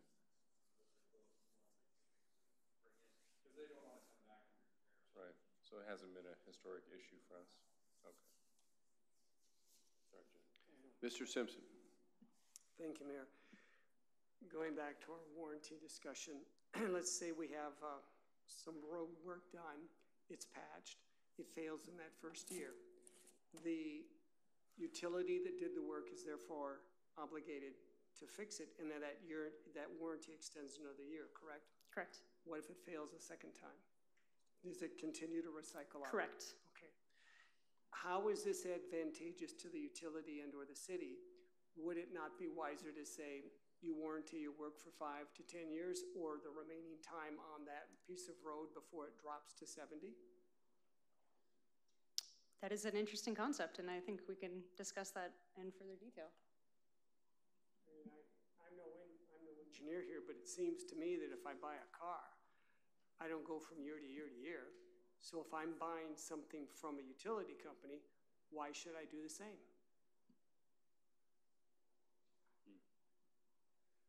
What if the road, Ms. Chan, what if the road has got not 5 or greater years left, maybe 4, and they warranty it for the year, getting you to 5? Then I suspect we could build something into our warranty policy that would reflect the age or the usefulness of the road, and we pick 70 as that low water mark.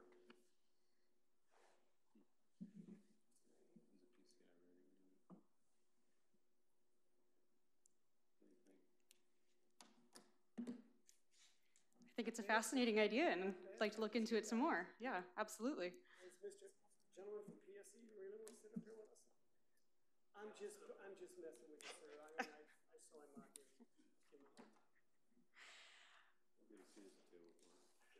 So Councilmember Brandstetter asked about the utility meeting coordination. We did hold a special meeting on July 17th for all of the utility providers. An email was sent out to them, and we had a showing, I believe, of around 12 at this meeting. And we went over the concept of the PDF and, you know, why the city was looking into this. Some questions and concerns that were raised were many of the questions that you have brought up tonight. For example, you know, what is this going to cost us? What about previous street distress, and where would those monies be set aside for? So as far as implementation, what the city could do is amend the City of Lakewood engineering standards, and I've included this as attachment D. Then create a process for PDFs and apply them to any persons making cuts within the public right-of-way. One comment we did hear from a utility provider was that if you're going to create this process, just roll it into the right-of-way permit. And I've actually seen several other jurisdictions that do that, so they have a pavement cut section where you give the dimensions, and it's pretty streamlined. And then third step would be if this was part of the right-of-way or its own separate process, but that these applications would be made to and reviewed by the Public Works and Engineering Department for approval. So recommendations, again, the city recommends establishing a PDF based on option 2, which are the broader categories, not exempting emergency work, but exempting roadways earmarked to reconstruction, exempting roadways with a PCI less than 50, requiring a 1-year warranty, and implementing the PDF as described on the last slide. Any additional questions? That's all. Oh, very thorough. Good. Thank you. Made sense. One errata, if you're going to borrow my analogy, Toyota goes to Lexus, not to Acura. Ah. Is Acura Honda then? I was close. Yeah. I was never a car person, so I apologize. We now move to a review of MCI Metro Access franchise agreement. Mr. Busich. And good evening, Mayor Anderson, Deputy Mayor Wallen, City Council. After the long, lengthy conversation on PDFs, I think this conversation on the MCI Metro, aka Verizon, non-exclusive franchise agreement should be fairly quick. In your packet was a brief memo that described what they're looking to do along with a proposed ordinance for, a franchise in the ordinance, allowing them to operate a telecommunications services through, over, and under the rights-of-way of the City of Lakewood. We currently have 3 similar non-exclusive franchise agreements, Zayo, Integra, and Astound. We've taken a look at those and taken a look at this one. They're all very similar. Does not appear it would adversely impact the city rights-of-way. There are a significant number of protections in the franchise agreement that protects our infrastructure. We are recommending that you authorize the city manager to bring the final ordinance forward authorizing MCI Metro to provide the telecommunication services in the city of Lakewood as reflected in the attached proposed ordinance. Any questions? Is this the first small cell franchise we're doing? I'm sorry? Mr. Whalen. Checking with the mayor outside here. Is this the first small cell franchise that we would be approving? This actually is exclusive of microcell, minor facilities, and small cell facilities and antennas. It is specifically excludes them. those. I see it, okay, on the top of page 141. All right. So this is just coextensive with the existing non-exclusive franchises? Correct. We've never had one before with this group? Not with this particular group. Or at least not under this name. Now, MCI Metro, AKA Verizon, when you take a look at what we have on record, it's these three, Zayo, Integra, and Astound. So they're branching into another area. And they're typically going to be doing their work on the poles, existing poles, as opposed to street cuts. We just had a nice conversation about that. Where we have areas where all the utilities are to be put underground, they would put it underground. If they happen to come into an area and cut our roadway, should we go forward with the proposal you heard earlier, they would also be subject to that. It's also very clear that the poles that we do not own, that we hang our own equipment on, owned by Tacoma Public Utilities and others, we are not giving them license to do that because we don't have the authority to do that. They would need to negotiate themselves with those utilities. Any other questions? Well, seems pretty straightforward. Thank you. Thank you very much. We now have Ms. Wachter for a review of indemnification code amendments.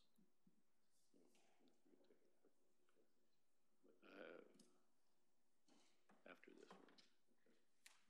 And we're going to have long set. Good evening, Mr. Mayor, Deputy Mayor, members of the council, Heidi Wachter, City Attorney.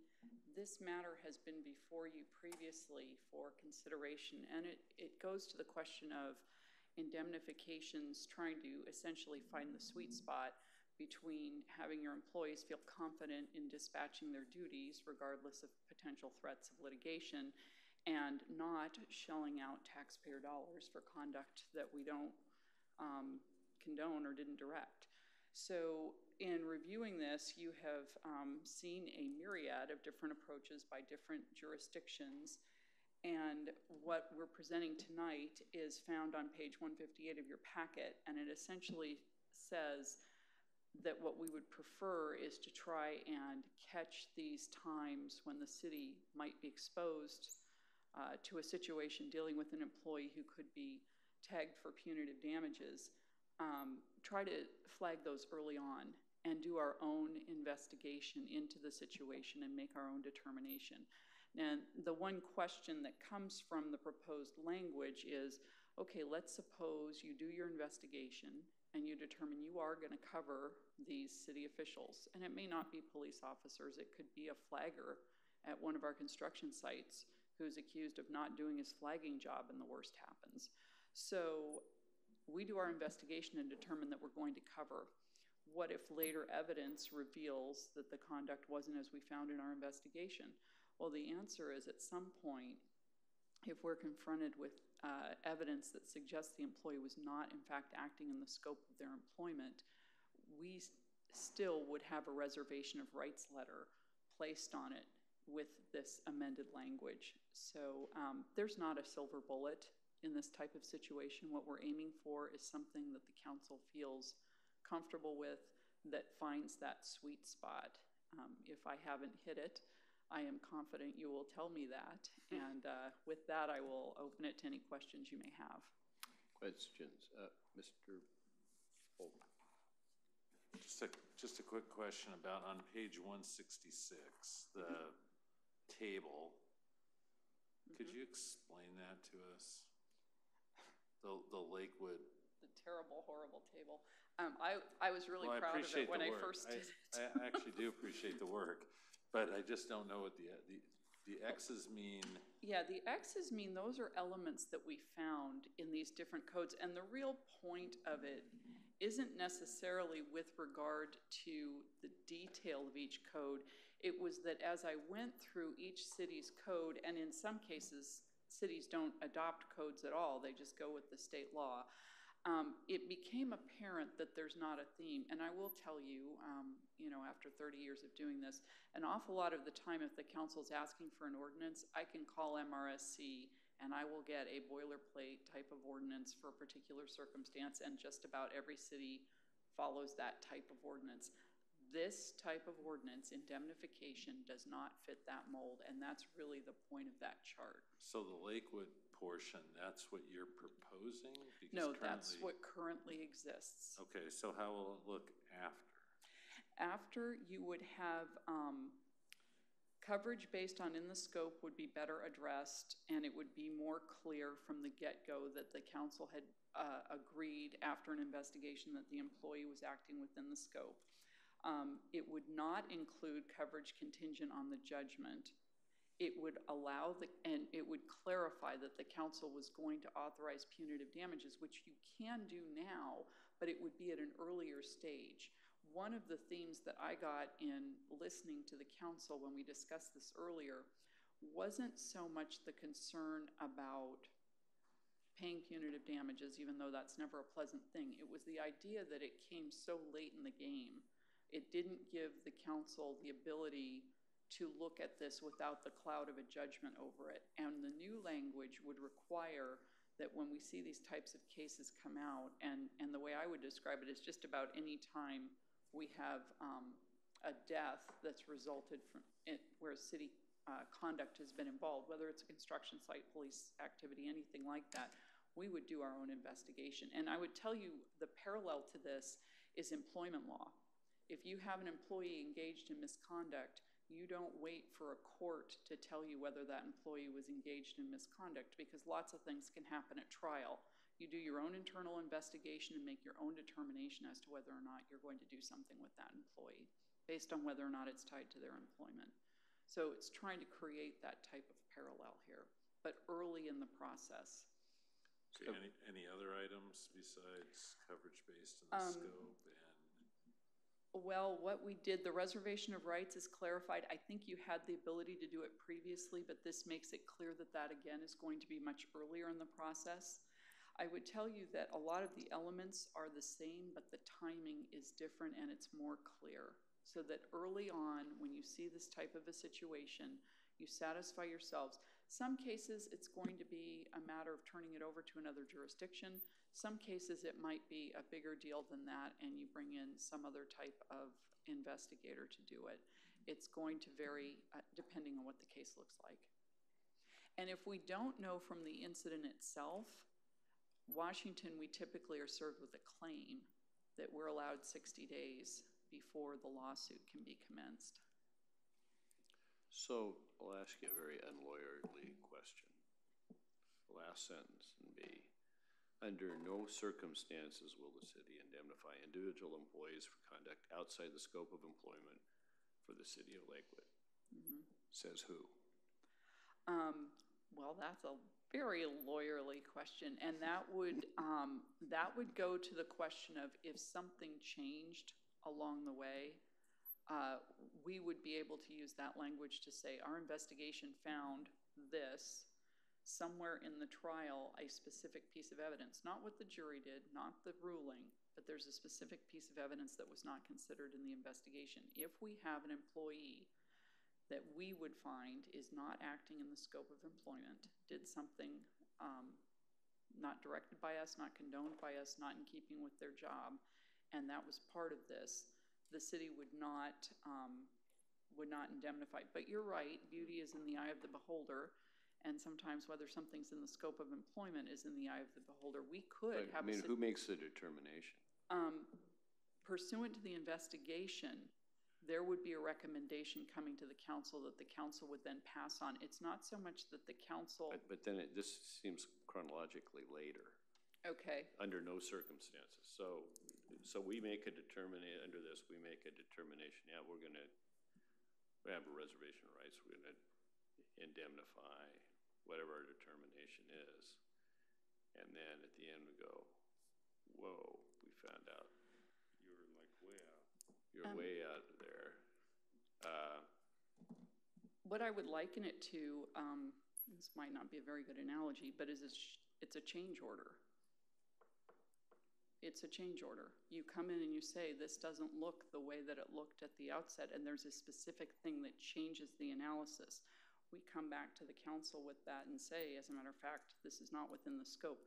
One of the areas that falls in the scope that is sometimes uncomfortable, and I know that this specifically happens in the police department, there's a type of finding you can get where the employee did exactly what they were supposed to be doing, and we later learn that it was a policy or a procedure specifically adopted by the department that really wasn't the right policy or procedure, or we've learned now doesn't work the way that we had wanted it to work. So it's not so much that the employee was outside the scope, it still isn't something that the city wanted done that way necessarily. But it doesn't change the fact the city has taken a proactive stance to this from the beginning, which is what I hear you say. Rather than the city being reactive, you have already established the groundwork for proactive behavior. And if there's a change, at least we can argue, we've already begun that investigation. And I think, if I'm understanding this, that's part of the sweet spot you're looking for. It is. I would say, though, that the question that the mayor and the deputy mayor seem to be getting at is the question of when does the circle stop? If you're putting in that sentence, under no circumstances would we indemnify for conduct outside the scope. If we've already made the determination, is there a point where we've drawn a hard line on that? Here you say, so everything comes back to us, and you say, yes, we will pay punitive damages. And then you say, whoa, we didn't know that. Know about that. Yeah. And is that us making the determination? It would be us bringing back the recommendation, and the reason for that is that the allocation of the resources, not specifically out of what line item, but the fact that we're going to pay would have to be a decision made by the council. And then at that point, the only way you have punitive damage, you don't have punitive damages in a settlement, you have punitive damages in a lawsuit. Correct. So there's a judgment in a lawsuit which we have been a party, and an adverse finding that somebody did that within the scope of their employment. How can we independently find at that point that it was outside the scope of employment? Aren't we stopped? Once you've already made the decision that it is within? So we made a decision that we would indemnify for punitive damages. Mm-hmm. Jury makes a decision, says they were city's liable because they were acting within the scope of their employment, and awards punitive damages because it was outrageous conduct, whatever. Mm-hmm. So we made a determination that we're pay punitive damages. And jury confirms it. We decide, well, this really wasn't within the scope of employment. Right. We don't want to pay. Right. I don't see how we can change the path at that point. I think that is one option, is to take that sentence out and just stand by the earlier decision. What that could leave you with is a situation where what was found in the investigation at some point is exposed to have missed something. It's just a question of where you want to put the flag in the sand and say, this is where we'll stand by the decision.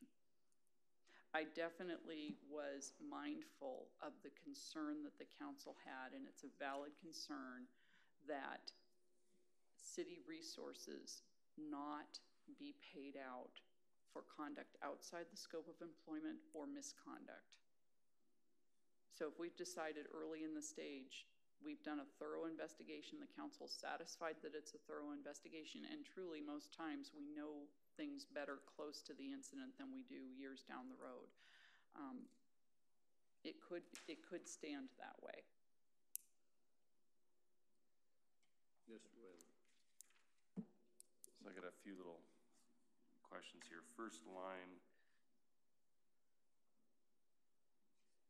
are we intentionally excluding officials from the scope of this paragraph simply because they likely don't take actions that could give rise to punitive damages. There was no such intent, and I think officials would be a good addition to that paragraph. Okay. I'm just thinking about Mr. Simpson's benefit. Okay, John, this just took care of me, okay. So, yeah. Again, city officials or employees, that was my first question on there. Then, with regard to, you might want to get some coffee for that caffeine thing there. So we're going to issue a reservation of rights, second clause there, to each individual employee may be exposed. I think if you look at the prior paragraph, it might be more clear to say that the city shall undertake an officer's or employee's defense. Subject to. Right, a reservation of rights to such individuals or whatever who may be exposed to individual liability. Just to be clear about, we're going to defend you, but it's going to be under reservation of rights, because then it raises the issue potentially down the road that if someone has been determined to have an action or to have taken some act that may be subject to reservation rights, what the hell is going on? They may want to get their own independent counsel. Correct. They would know better than, yeah. It's clear that we're paying for their defense, but under reservation of rights, it's up to them if they so choose to get independent counsel. Correct.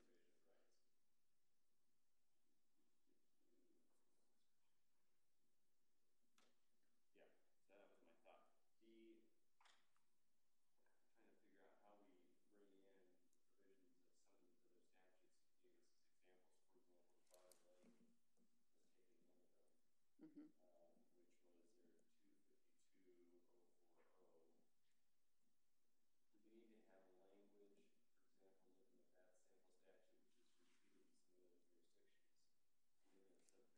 which is repeated in some other jurisdictions, looking at subparagraph C, where they've added, provided, however, the provision for payment by the city of punitive damages on behalf of a city official or employee under this chapter shall not be construed as a waiver of immunity. We got to add that language in there. So those are my thoughts.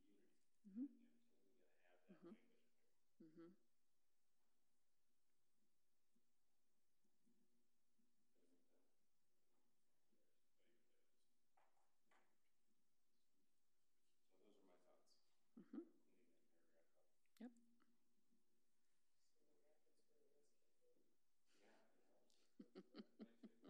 So right now,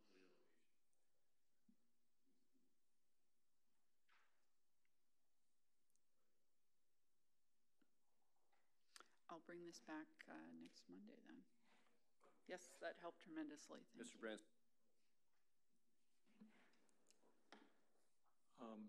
If we were to adopt this ordinance, where is the line between when it's effective? And by that I mean, if somebody did something last week, okay, and ultimately a year from now there's a claim and it goes through and do that. When the employee was performing whatever he was doing and was relying on the indemnification ordinance that was in effect at the time, or does this ordinance go back retroactively to any prior acts that might come up and there be a claim against the city on? I just didn't see any language regarding that in the ordinance. The retroactivity. I would see this as prospective, and what it would mean is from today forward, when those incidents are made known to the city, that, so for example, if there were such a collision that somehow was coming back against some of our flagmen at a construction scene for a roadway or something like that, we would investigate that if it came in today. I am not aware of any going back. The most recent of our litigation cases that would fit this is going into mediation at this stage. I mean, we're far beyond that point, but I could certainly take it up with council. Well, I guess I don't know of every action every city employee has taken in the past that has perhaps irritated someone that may at some time bring it forward. that if there could be something that makes it clear that this applies to actions of employees as of the date of the ordinance, or if it should be this applies to in any situation where a claim is made after this date, which would then go back a ways, but be clear one way or the other. Okay. Thank you.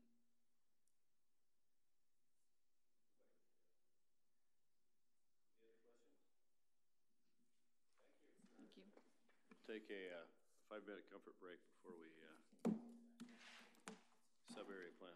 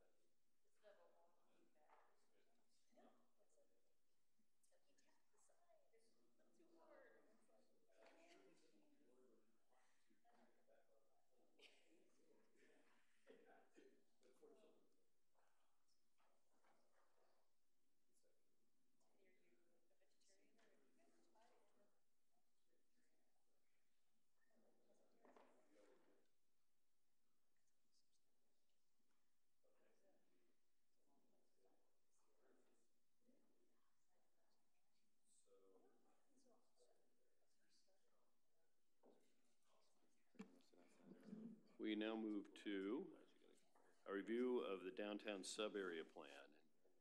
It's like, how do you eat an elephant? A bite at a time.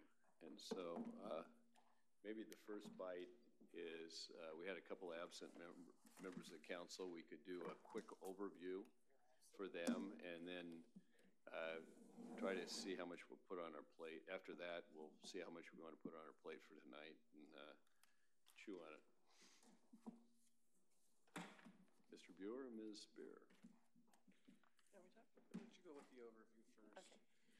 Thank you, Mr. Mayor and members of the council. Tiffany Spear, Project Manager for Special Projects at the City of Lakewood. This is the third time I think the council has taken up in some way the Downtown Sub-Area Plan packet. And when I say packet, I refer to 4 items. There is a downtown plan itself. There's a downtown development code, which is associated with implementing that plan. There are amendments proposed to the comprehensive plan in order to incorporate the downtown plan. And then there are changes to Title 18A to reflect what's going on within that as well. And then the last piece is a planned action ordinance, which is an EIS for anticipated full build out under whatever alternative is ultimately decided on by council to adopt, but up to what's called Alternative 2, and that's the highest density of both jobs and housing units within the downtown sub-area. So 2 weeks ago, there was a study session at which you were provided a lengthy presentation, and I'm by no means going to be repeating myself this evening with this overview, but that material was provided to you both on the 9th and then on the 16th when there was a public hearing. You had a few people testify, all of which were positive comments, and then there's been a number of written comments submitted that were addressed either prior to that public hearing or what you saw last week. I'm sorry, I'm getting mixed up on my dates. There was a comment provided, yes, excuse me, at the 16th, the joint study session with the council and the Planning Commission by Commissioner Guerrero.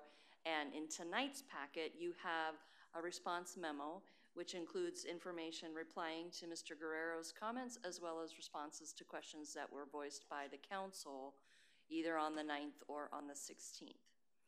So there's a couple of ways that we could go about this. The mayor just mentioned trying to break it up into logical pieces. One way to do it is to simply ask you if you have questions based on the memo provided for this evening or anything out of that PowerPoint that you might want to touch on.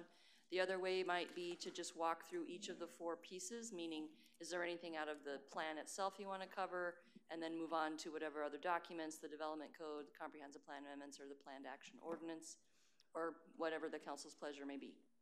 I think we need to concentrate on the plan itself as opposed to Title 18, which is an implementation aspect. Okay. And that rather than go for wide-ranging questions, we would probably want to take it in some sections. And perhaps even before that, we can maybe address that I haven't had time to look at, Mr. Guerrero's comments on what the responses are. Okay. So we did have kind of a wide-ranging discussion on that. And since Mr. Guerrero's here, we can pick on him if necessary. Keep him up late. Excuse me, where, hello, there it is, okay. So what you have then within tonight's memo, the first couple of pages, starting on page 208 of your packet, are responses to your questions. Mr. Guerrero's responses by staff start on page 211. And essentially, would you like me to walk through them piece by piece? Please. Okay. So the first question or issue that was raised by Mr. Guerrero referred to the colonial overlays boundaries and whether they were larger or smaller than they needed to be. What the staff has provided for you is information based on public outreach, essentially, where different boundaries were suggested and studied in the 2017 Central Business District Assessment, but the community in its public comment supported colonial design standards beyond just the existing buildings, and so that current boundary that you see is a response to public comment. Should I keep going? Yes, please. Okay. The second one refers also within the colonial district, the design review requirements, and talking about a couple of different things. The types of roofs that might be allowed based on being in the colonial center, and the fact that the examples provided in graphic form don't all comply themselves to what's being required by the development code. The response, which starts on page 212, includes the fact that the suggestion would be, rather than changing out graphics or rewriting that section altogether, simply include a statement that clarifies that the examples are demonstrative and they are not all necessarily 100% compliant. And so you see that language in underlined red text there at the top of page 212. Why would we have a non-compliant example? Simply because it's hard to find everything in one picture that's being suggested in the plan. There's pieces of it that were able to be located, but this is a way of trying to explain that there are some things out of each one of these graphics that is going to be incorporated and implemented by the development code. Can you help me with gambrel roof? What's a gambrel roof, James? I would actually turn to Mr. Guerrero. Is that one of the pictures we're looking at over here? On page 72. The lower left. Barn, gambrel one or barn shape? Barn shape thing? It's like the Dutch barn kind of thing. Is that a gambrel roof? Yes, I think the center photo. Is that a gambrel roof? Typically, a gambrel is has a seating pitch and a shower pitch, so kind of a traditional barn shape. Those. This part of it is kind of a parapet. Yeah. I was just trying to This get. is the downtown plan. Sorry about that. Actually, the one on the far right, on the right, no, above it, that looks like from the side. Oh, yeah, yeah. That looks like, I think you're right. what you're describing as a barn. Like, boom, that looks like that on the far Colonial right, house. yeah. Okay, I got it. I understand my nomenclature. Yes. Then there's also language that discusses the inclusion of flat roofs as part of what's allowed within the colonial district under subsection F sub 5. And then there's also a discussion in that question raised by Mr. Guerrero regarding stucco as a facade material and allowing that up to 50% of total building surface. The thought behind at first not including it at all is simply that stucco is not necessarily, at least historically, a popular facing for buildings in this climate and the weather that we have here. But if products have changed, if preferences have changed, maybe it goes up to 50% of the total building surface. And again, that's not a traditional colonial exterior in any event. So if that's what you're trying to preserve, you don't want necessarily everything in the the colonial district to have stucco.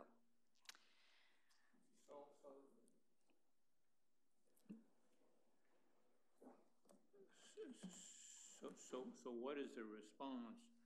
Is that we would add stucco based on Mr. Guerrero's recommendation, or that we think that that's not appropriate? The thought behind it originally not being included at all was simply we're going with this idea of a colonial look. More brick. Right. And so what you have here is an offer for an amendment based on his comment, given his expertise in the industry, that if that's something that the council wanted to adopt, they certainly could. But the idea behind the 50% limit that's included is that, again, it's not a traditional colonial look. So rather than having the entire, potentially the entire colonial area stucco buildings, maybe you limit it to, it could be another number if you didn't want to use 50.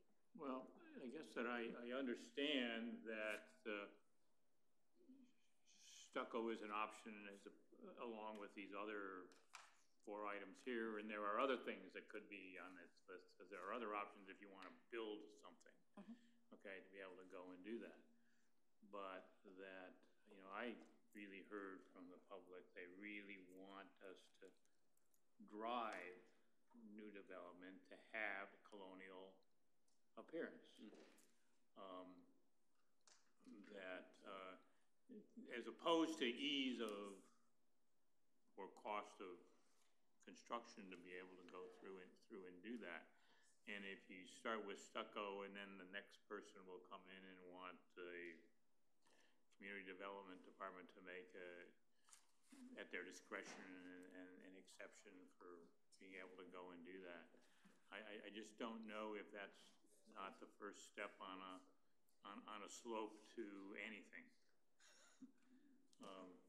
As opposed to being very, very insistent, I guess my thought would be on, you know, let's stay as true to colonial design as we are. You know, we're not Williamsburg, but we're like that neighborhood of the city in respect to the historical piece of it to be able to go and do that. So I'm not sure that I like beginning to add more non-traditional appearing materials. Mr. Bulkey. Thank you, Mr. Mayor. I don't want to get off track here and start debating the actual, but I guess what struck me was the size of the colonial area. I get that people want to preserve the colonial center, and I guess the Columbia Bank building pays some homage to that. After that, there really just isn't much, and there's a reason that people don't build with brick in Western Washington. I mean, I know that there's been some churches built that way, but you know, a lot of the examples that we see would look good when I lived in Huntsville, Alabama. Brick is what's the right word? There's a lot of it, and a lot of people build with brick, and it's a relatively competitive building material. My questions surrounding the colonial area is, number one, why is it so big? Number two, how many development opportunities are we precluding? I mean, if it works and it's a neat area where suddenly you see all these colonial buildings and people really want to do this, but is that a realistic, given that nobody even wants to redevelop either side of the colonial center? And I mean, we can't get people to do the main part. How realistic is it to think that they're going to start building? Oh yeah, I build colonial, sure, I'm going to do that. I guess I'm missing something here, and I'm not excited to be raining on the parade here, but I guess I'm just not getting it. Isn't this kind of the equivalent of creating a historic building designation for undeveloped properties? I mean, it's akin to that, and unless there's some other incentive, historic building designations generally inhibit development unless they have some sort of tax incentive to go with them. So here, if you say you must have a retro, a zone that has to have a retro construction aspect to it, aren't you inhibiting development? I mean, I've personally been involved in some projects that involve brick, and it's not cheap. It's a rather expensive enhancement. So,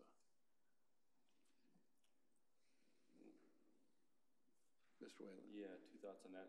To the first question, is the zone too large to accommodate what we're trying to address? And I think James has referenced potential concerns of the Goodwill building, which we've heard a little bit that there may be some other development potentially in that area. The Harborstone buildings, which are pretty darn modern as it is. And then the Lakewood Dental building, which has a gambrel roof, kinda, but it's pretty far from looking colonial.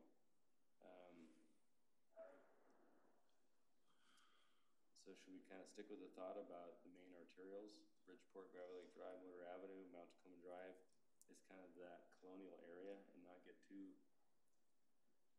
I hear that's what you're saying, Paul, right? Not get too crazy with the zone or the overlay? What are you looking at? This is on our page 211, we're looking at James's comments and the response.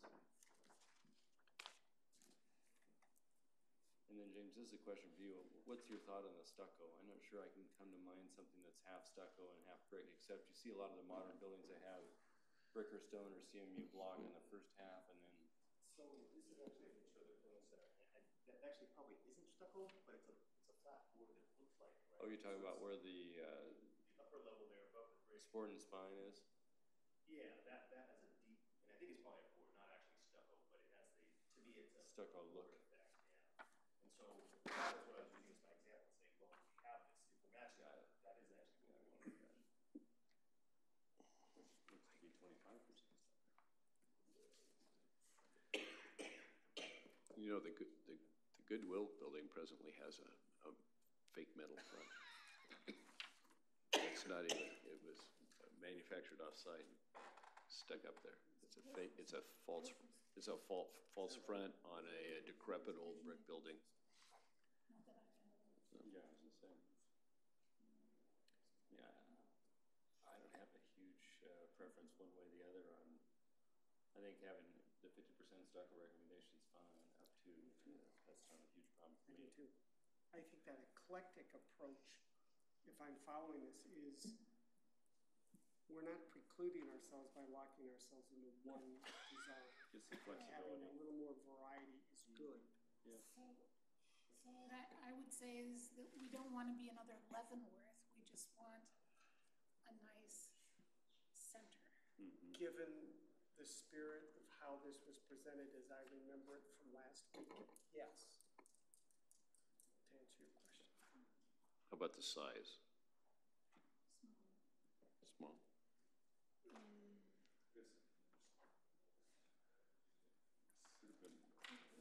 Where's our map again? Yeah, what page is that?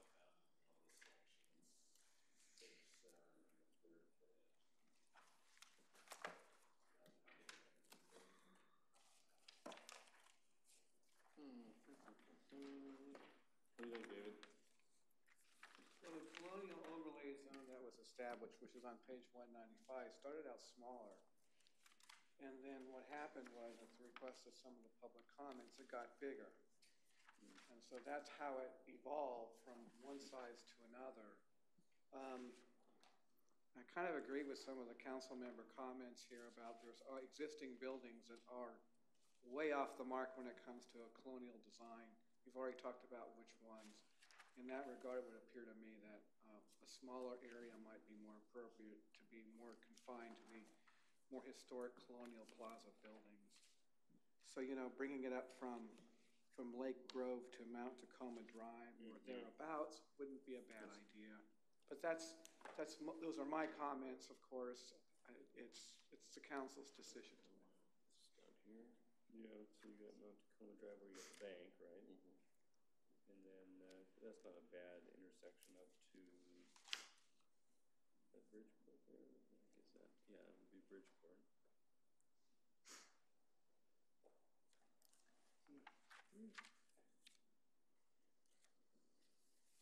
Well, you've got to Lake Grove. Let me think here. So that is at the corner where you got the open lot right now. You got the Which is going to come in for construction permits very soon, and it's not going to have a colonial design to it.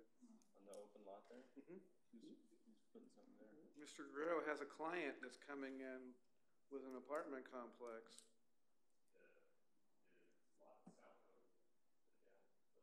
Oh, I know, yeah, that project.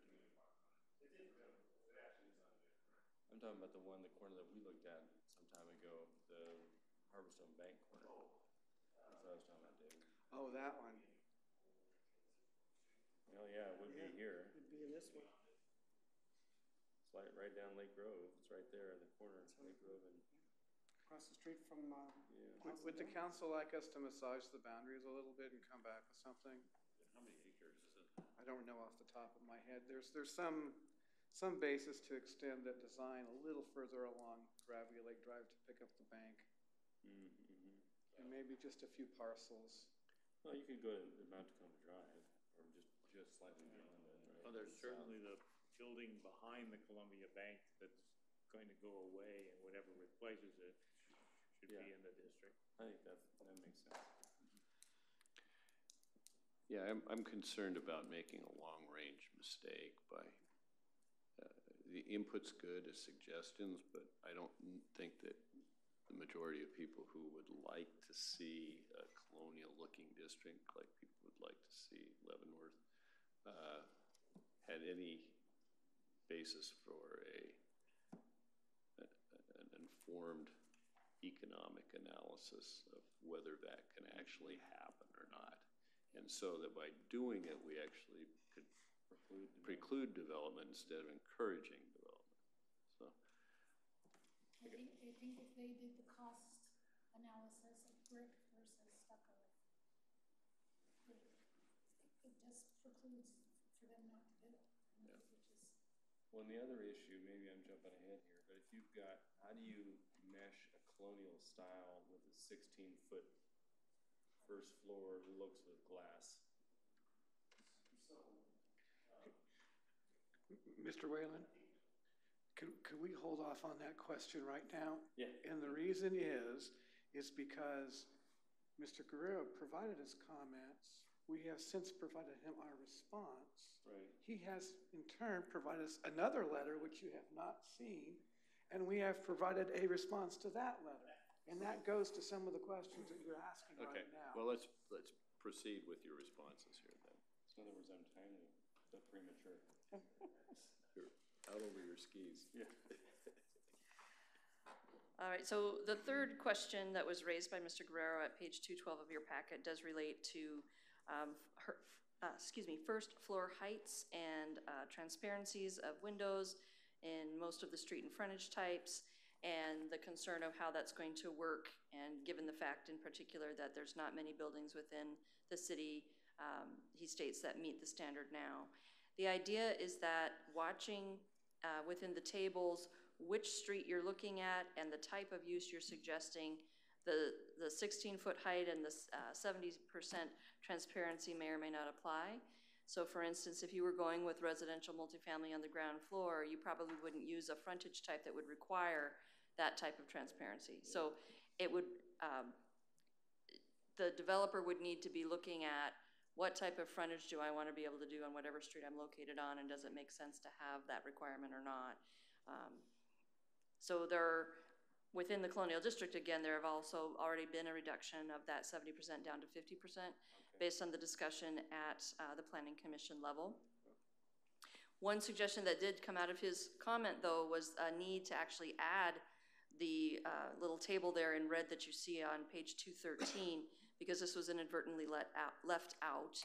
And so this is talking about window transparencies for the plaza frontage type. And again, this gets at when and where you're going to need to do 60, 50, none transparency requirements, depending on the street that you're on. Okay. Also, part of that answer is discussing the need to have plaza landscaping required when you're on a plaza frontage. So that was the response from staff for the third issue. This gets, again, discussed in another piece of correspondence which we will provide at your study session. Weather protection, Mr. Guerrero raised the issue of the need to make sure that the process to apply for and get approval for weather protection extending into the public right-of-way be very simple and with a standard form, and absolutely no objection from staff regarding that. So that's something that the city would be developing once this was moving toward implementation. Got it. The civic uses, the question was, why is there a series of exceptions there within the code? There are civic uses identified for conditional use permit approval at 18A35, 220, and 400, because that's the current process. And also, given the unique nature of civic uses, the idea was to make sure that their design would reflect what they are, a civic use, and that would continue to use a conditional use permit review process. This also incorporated, what's in the code right now, incorporated language that was suggested by representatives from the Pierce County Libraries that attended the 2018 Developer Forum. I didn't see anywhere where there was a definition of civic use. Do you know if there's one? Does that include a church? Does it include a nonprofit? Is it solely governmental and quasi-governmental. It could be defined broadly or narrowly, but it's not defined, it's not a definition anywhere at all. Civic use type is actually found in another chapter of 18A, and includes all of the things that you just listed. And it's quite extensive. We can provide you more details on that later, Mr. Branstetter, if you'd like. And my thought is that we're using the civic uses section in 18A to define that within the Subarea plan. Okay. Yeah, I guess I would want to make sure that all those civic uses in 18A are on the list of things we want to allow in the central business district. And, we want to put a humane society.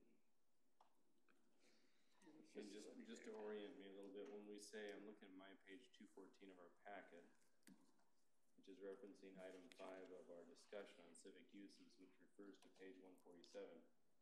What page 147? And my apologies, you're going to find in 5, 6, 7, and I believe 8, those are actually page references to the June 20th Planning Commission. Okay. So my apologies, if you were trying to search that out, that's an incorrect site for you, and I can provide you with the correct sites.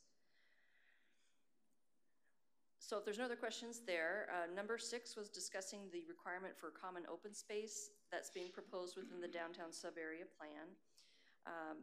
Currently, within the city, there's a total of 80 square feet required, and that's under 18A 50, 231, C1, sub O, and P. There's a general 30 square foot per dwelling unit, and then there's also a 50 square foot per dwelling unit for children's play area, so a total together of 80. What you see starting on page 215 of your packet and for several more pages are comparative excerpts out of a couple of other jurisdictions' codes. So Burien, for instance, it's a minimum of 200 square feet. Kent, it's 150. Lacey talking about 20% of the gross site area for common open space purposes. Puyallup has recently changed theirs, and that'll be part of a response that you'll see next week to Mr. Guerrero's second letter, but they've just this year, I believe, changed some of their requirements, and so we'll provide you with the latest information from Puyallup. Then you'll see in Redmond, it's about 100 square feet, and Tacoma, again, it's by percentage. So comparatively, what the Lakewood City Code currently requires is below all of these, and the suggestion is to bring it within the downtown sub-area up to that 100 square foot.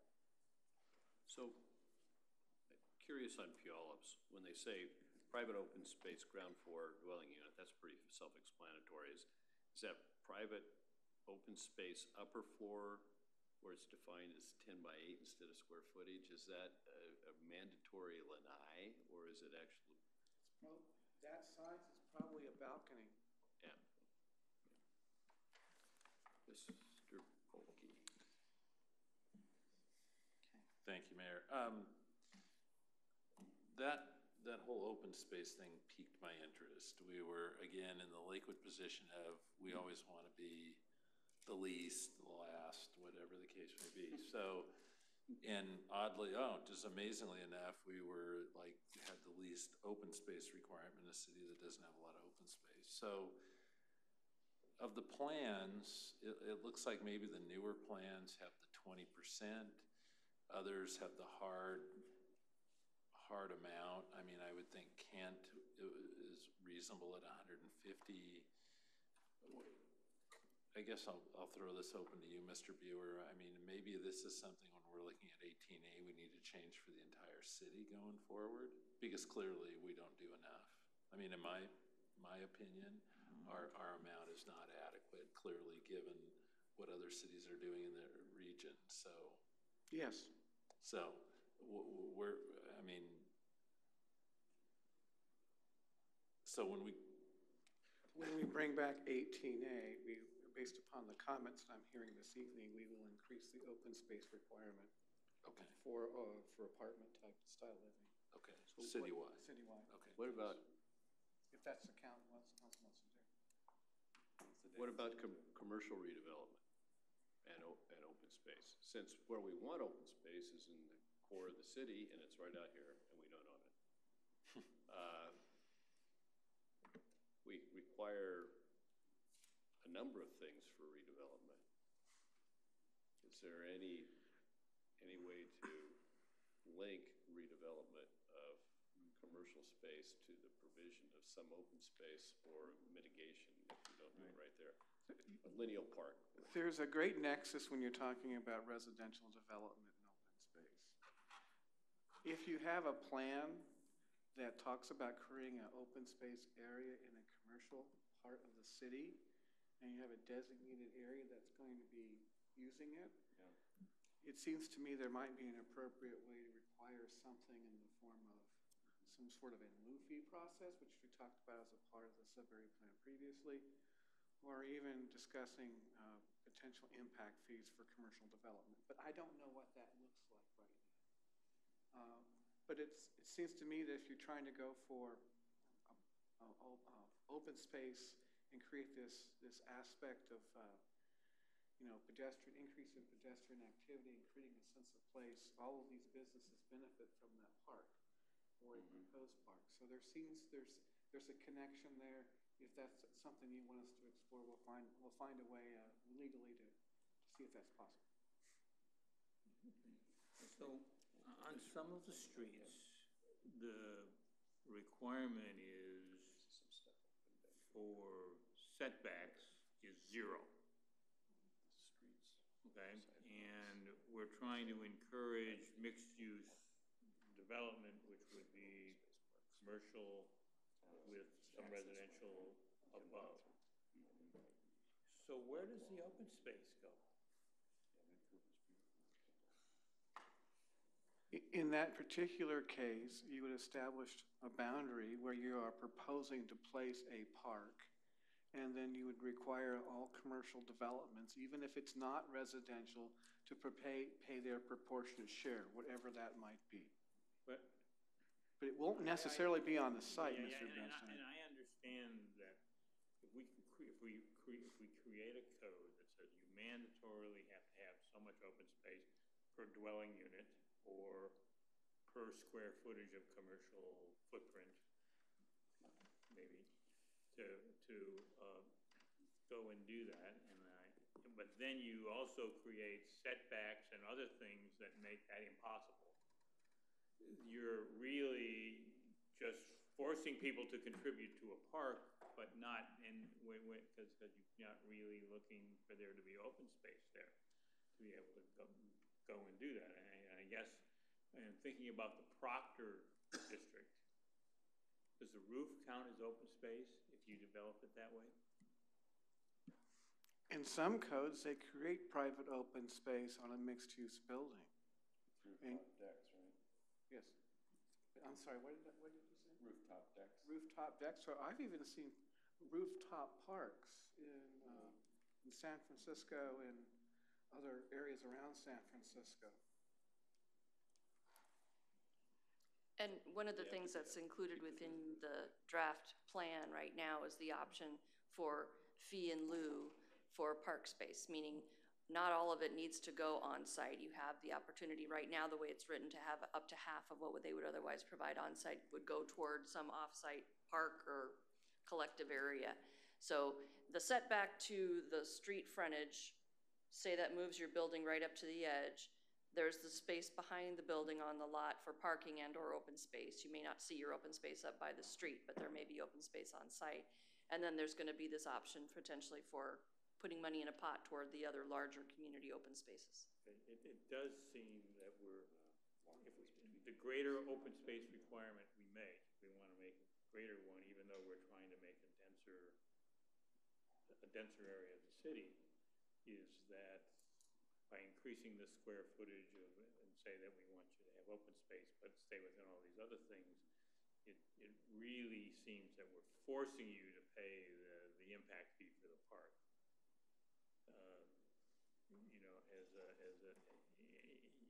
As a strategy, because there's no other really realistic economical way to do that, particularly if you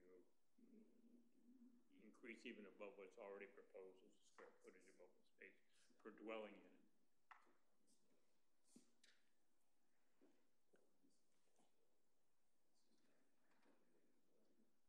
So we will continue with that, provide you research and examples for next Monday as to where maybe there's been commercial open space options provided in other jurisdictions. So, yeah, I'm no planner. My concern is if you squeeze development and you make people go up, when the sun comes out, the people come down and they gotta go somewhere. Especially if you have kids, and you're not gonna have a livable city if there isn't a place for people to be outside. Well, Mr. Mayor, I guess when I look at Tacoma's numbers on page 217, and they have the 20% requirement, so they don't even do they don't even do feet per dwelling unit, they do the 20%, which seems like a lot to me. And then they have side yard and in common and that kind of thing. They can't be doing that in their downtown developments. I just right. fail to see how they do that. So they must create exemptions. And so I've asked Mr. Buer, I would ask staff to look at that if, because Tacoma's requirement seems like, and our requirement, and if we increase the requirement, would seem to do better outside the core. But if you're going to build lot line to lot line practically and underneath parking, you can't hit those requirements. So there must be a way they must pay in lieu of to allow them to build some open space somewhere. Is there building sidewalk to sidewalk? You know? No. No. Do you know Tacoma? I don't know. I think downtown isn't primary residential. Right. It's also very difficult to comprehend Tacoma's codes. It takes a lot of work to figure out what they're doing. I thought they were the simplest codes in the world. That's what we were always told. That's right. The gold standard, right? Mm-hmm. That's right. Did you write this, Heidi? So all I'm saying is my earlier comments are an overarching comment that because we do have demand for new apartment buildings in the city of Lakewood, that we need to take a look at 18A. So when you have these bigger developments like what's happening in Springbrook, that we have a number that is a more modern number, but then we try to find out what cities who are building in the downtown core, like Tacoma, how they take that open space thing and figure it out, because they can't be leaving any open space. I mean, those are lot line to lot line developments downtown, so they've got to be doing something. And again, it goes back to I don't know this, but in some cities there would be, if it's a commercial development, they're not going to have a park requirement. The residential ones will. And so I don't know if that's the case in Tacoma or not.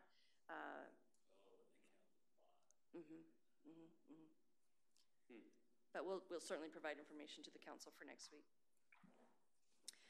Number 7 from Mr. Guerrero on page 217 of your packet refers to parking and off-street parking and getting credits against what would be required when there's public parking or shared parking opportunities nearby. And what you see as the response is the current table that explains that there's a number of places within the plan already talking about doing a parking study and figuring out how to activate underutilized places such as parking lots. And in addition, you'll see reference to proposed code 18A 35600, subsection B, which is in the middle of page 218, and it shows you the different ways right now that reductions in credits are contemplated. There is one sentence in red that's a suggested addition to make it clearer that this is the intent, where when you have on-street parking, that can be counted toward required parking availability. If I could add something to this, this is not just specific to the sub-area plan, but this would be specific citywide. This really plays out interestingly in the Lakeview neighborhood, where we have very wide streets that are 80 feet that are not developed to their full width, and then people are using that area to park their vehicles. We're getting development proposals at the very early stage at this time where people are wanting to use on-street parking to meet their parking demands. So I think this is appropriate in certain neighborhoods, and I call that out as an example. This goes to beyond your sub-area plan, and I thought it would be necessary to share that with you.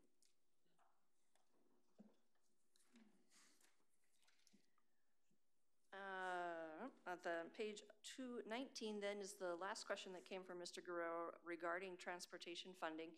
And to put my legal hat on for a moment, we're not talking traffic impact fees within this proposal.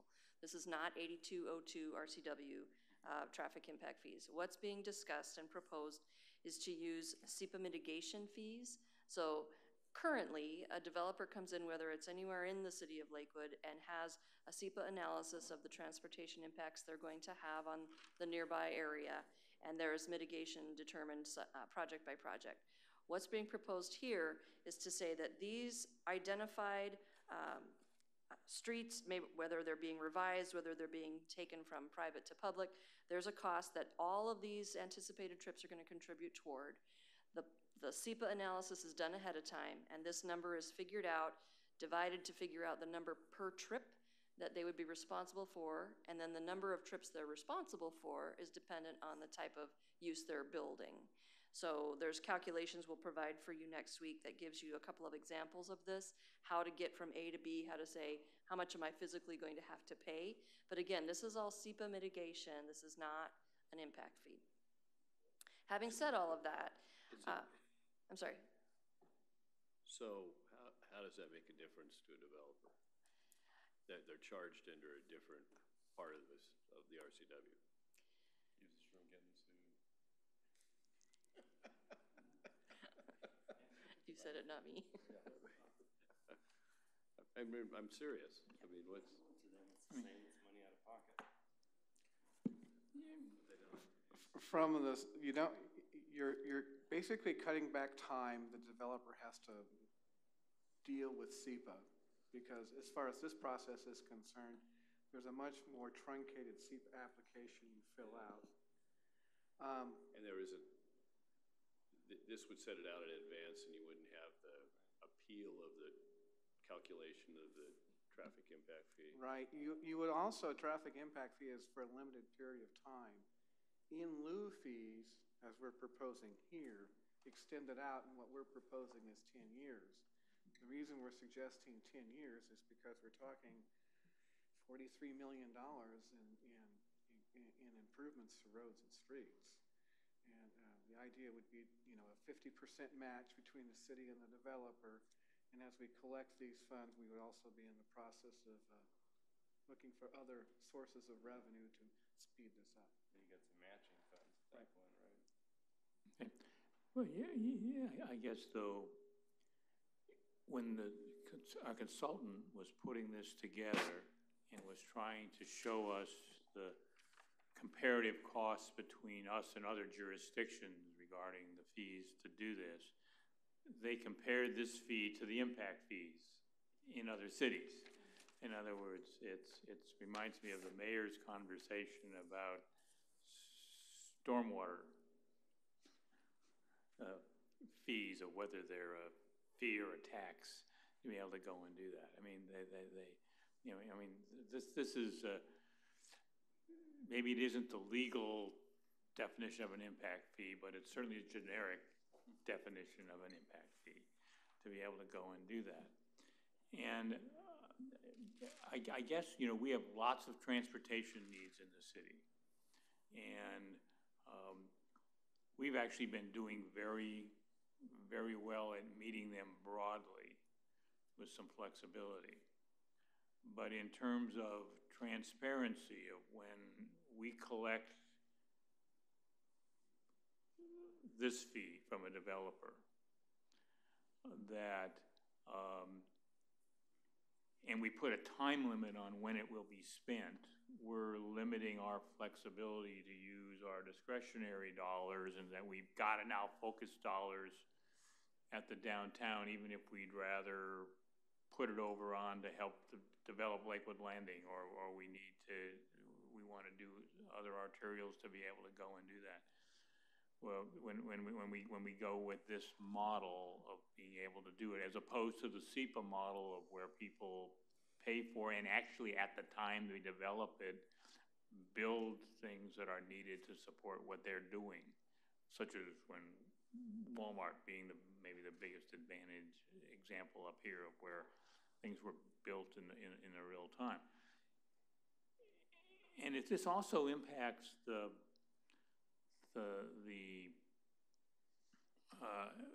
one of the things that I don't understand. Okay, we adopt this, and I build something go in and get permitted in 2019. Okay, and I produce 30 trips. And so the calculations will tell me how much money I've got to pay out of it, whatever the percentage is, depending on whether we use option 1, modified 1, or 2, okay? And then 10 years goes by. And in 2029, another developer comes in and he builds something that's similar to what I have and is in the 30-trip model. But somehow we've got to have come up with the cash, and maybe we built something and maybe not. But where's the inflator that his 30 trips are a percentage of a bigger number than the guy who built in 2019? Because the real cost of building these things, these numbers that are here on this chart, are 2018 numbers. That if you build it in 2018, then your percentage should be of the 2018 numbers, even though we're not going to build it till 2024 maybe, which is, so we're going to end up, the city's going to be more like 56-44 because of the rate of doing that. But the person who builds that later, his percentage should be based not on 2018 numbers, but on numbers that have been inflated to correspond to 2020, 2022, 2024. And something like that should be built into that rather than sticking with the 2018 numbers. There's several comments I would like to try to take out from your inquiry. First of all, I do believe with the adoption of the sub-area plan, the council is going to have to spend more time on its transportation improvement plan and CIP, because you're going to be looking at these specific projects as well as other projects throughout the city. And not so much that the money is all going to go to the downtown plan, but you're going to have to find a balance between the downtown plan and other projects that you want to do. So I do think in future years you'll be spending more time in reviewing your transportation projects. And I think the sub-area plan is kind of forcing you to do that. And that's not a bad thing. Now getting back to the other part of Mr. Branstad's comments, the fees that you see, these cost allocations, we've talked about this internally. This is actually going to go into your master fee schedule, okay?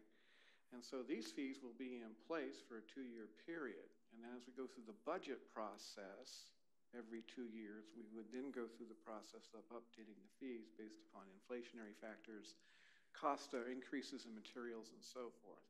So that's how we're trying to adjust the fees over time so that they become relevant. We don't want to do something like some cities have done, which was what, Puyallup or Pierce County? Well, both. Both. Which they've adopted the fees and then leave them there alone for a long, long period of time, and then the numbers don't work anymore, and then they have to go and make these big adjustments that nobody likes. So the idea is to tie it to your budget process and to tie it to your CIP and TIP, and to make sure that the council is aware of all these inner working parts and that you understand how the allocations are going to be made, and not that the downtown plan is going to force you to put all your money in one pot, but to give you the opportunity to say, these projects are a priority in these neighborhoods, but so is the downtown, and this is how we're splitting our limited funds. Back to Ms. Spear. So those are the responses to Mr. Guerrero's comments. Going back to the beginning of the memo then are some responses to council questions from last week, or the 16th, one or the other. First of all, there was a question from the mayor about the response from the economic development manager. There's a memo on the last page of this for you to read from Ms. Newton. There was a conversation about needing more clarification about how does a developer walk through this process step by step. So on page 209, there's text and then a graphic that explains the logic behind that. We'll provide you for next week 2 physical examples of walking through from beginning to end of the permit review process, as well as that information about dollars that I mentioned just a moment ago. I want to make sure that the council is very comfortable with the fee process and how it works, and it will be calculated with new projects as they move forward. There's a video that was provided to you, I believe, on Friday. It's available now on the lakewooddowntownplan.org website that provides some graphics of what's potential in terms of build out of the downtown area. There was some questions, and there's an answer starting on page 210 regarding the differences between modified alternative 1, which was developed during the Planning Commission deliberations, and then alternative 2, which is ultimately what the Planning Commission recommended to you. The very basic difference between alternative 1, Mod Alt 1, and alternative 2 was the amount of the expected 3.0 million new square feet of commercial that the city is anticipated through a couple of different prediction models to be able to absorb, and we'll see in the next 20 years, how much of that is anticipated and estimated to come into the downtown area specifically. And so what you see under Mod Alt 1 is that 55% of that would come into the downtown area, as opposed to alternative 2, where 95% would come in. And so that translates into however many thousands of units under Mod Alt 1 versus Mod Alt 2. And the same applies for the housing. It's just assuming that more of the growth citywide is going to be concentrated within this sub-area. Other than that, you have the same downtown development code that would apply under those alternatives. You have the same mitigation requirements and transportation projects that would be required under either one of those alternatives. So it's really fundamentally just how much growth is going to happen between those two, and whether the city council would want to just say, this is what we prefer versus one over the other. Your, excuse me, planned action ordinance has anticipated and done the environmental review all the way up to alternative 2. So if you were to go with that, and then a developer comes in with a project that follows it, they get the get out of jail free, if you will, on the SEPA analysis. It's already been done for them. Yeah, I think we'll, given the time, we want to make sure we don't start slopping over into the planned action ordinance in 18A. Yeah. Or we will slop over into it tomorrow. Okay. So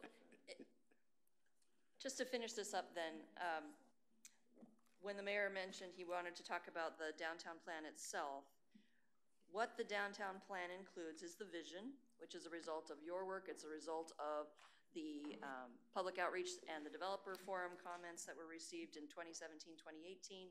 It has the concept plan, so that idea, if you recall, of the green and the pink showing you where things would be emphasized or anticipated by the city by doing some public investment.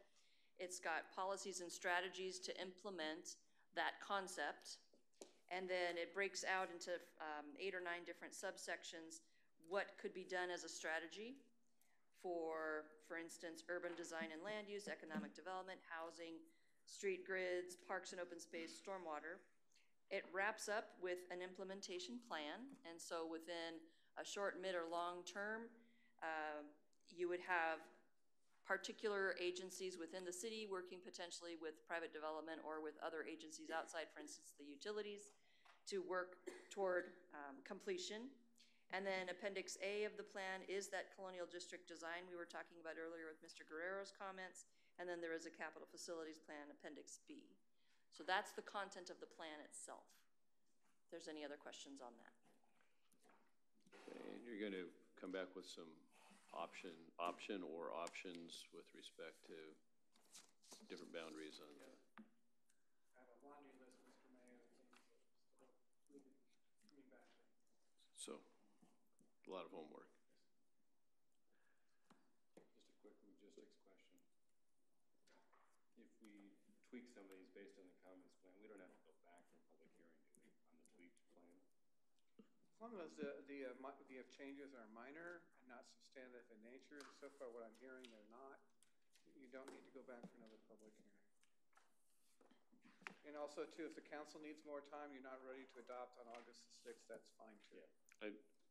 Personally, I don't see that happening. It's a complicated order.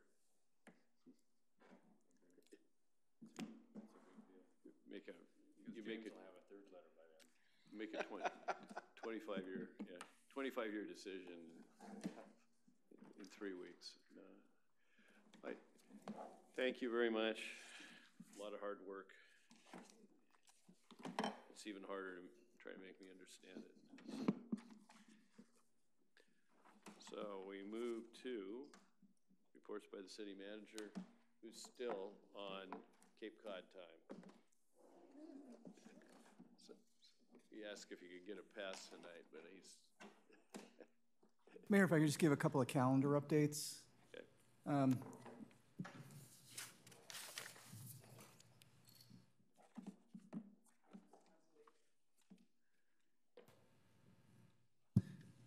This Wednesday, July 25th from 11:30 a.m. to 2 p.m. we'll have our second quarter employee appreciation event out at Fort Steilacoom Park.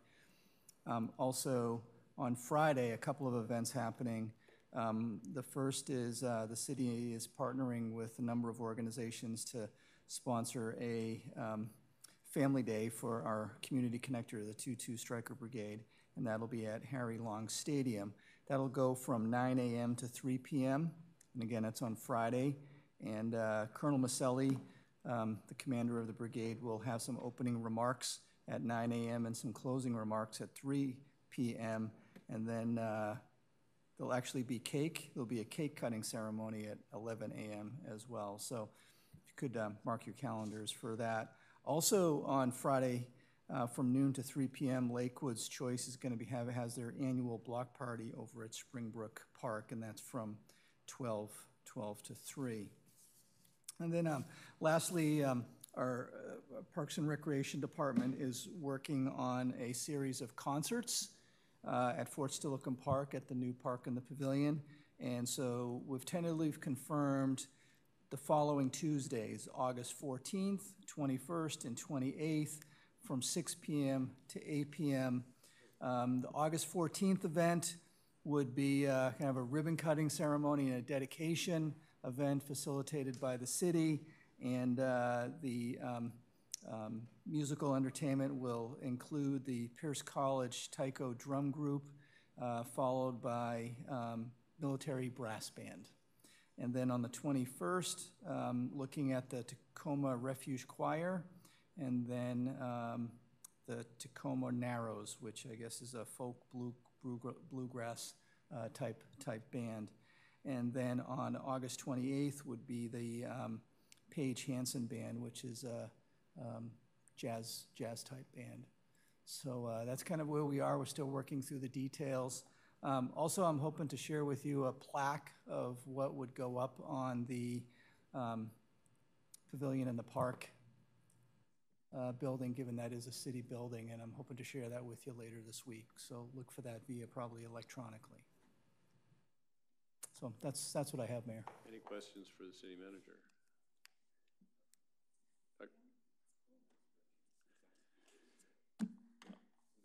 It's a couple of you weren't here last week. I mentioned I had an engagement immediately after the Summerfest with the Phil-Am Association, and a number of the performers were there and were very appreciative of being able to perform on the new stage. They went out of their way to mention that. So, council comments, Mr. Branstetter, Mr. Volke.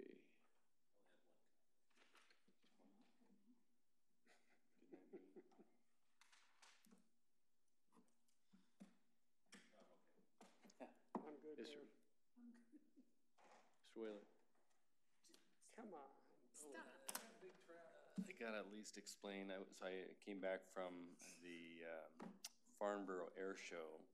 I went as part of a State Department of Commerce delegation representing the Economic Development Board for Tacoma Pierce County with Doug Richardson, Bruce Kendall, who's the CEO of the EDB, a gentleman by the name of Kevin Clegg, who was with Economic Development County. Acting director of Economic and a couple of others from the Economic Development Board. Anyway, the focus was to schmooze and recruit businesses involved in the aerospace industry, typically vendors, suppliers for the Boeing aerospace industry, and we made some good inroads, had some 3 or 4 what we would call hot leads potentially for businesses to expand or invest here, a few warm leads, and so could be good. So it was a good trip, paid for by the EDB for me.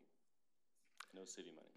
Well, I spent a few days out of town, but I did see social media posts from both former Mayor, Council Chair Richardson and Mr. Whalen. I would note that Mr. Richardson spent his spare time going to the Imperial War Museum, the Churchill War Rooms, and cathedrals. Mr. Whalen was pub crawling.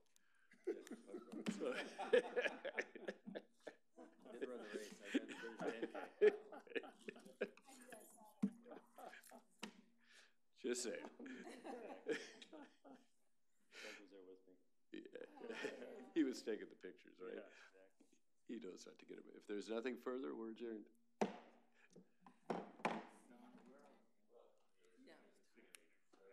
Well, you know, I got an email from Mary, and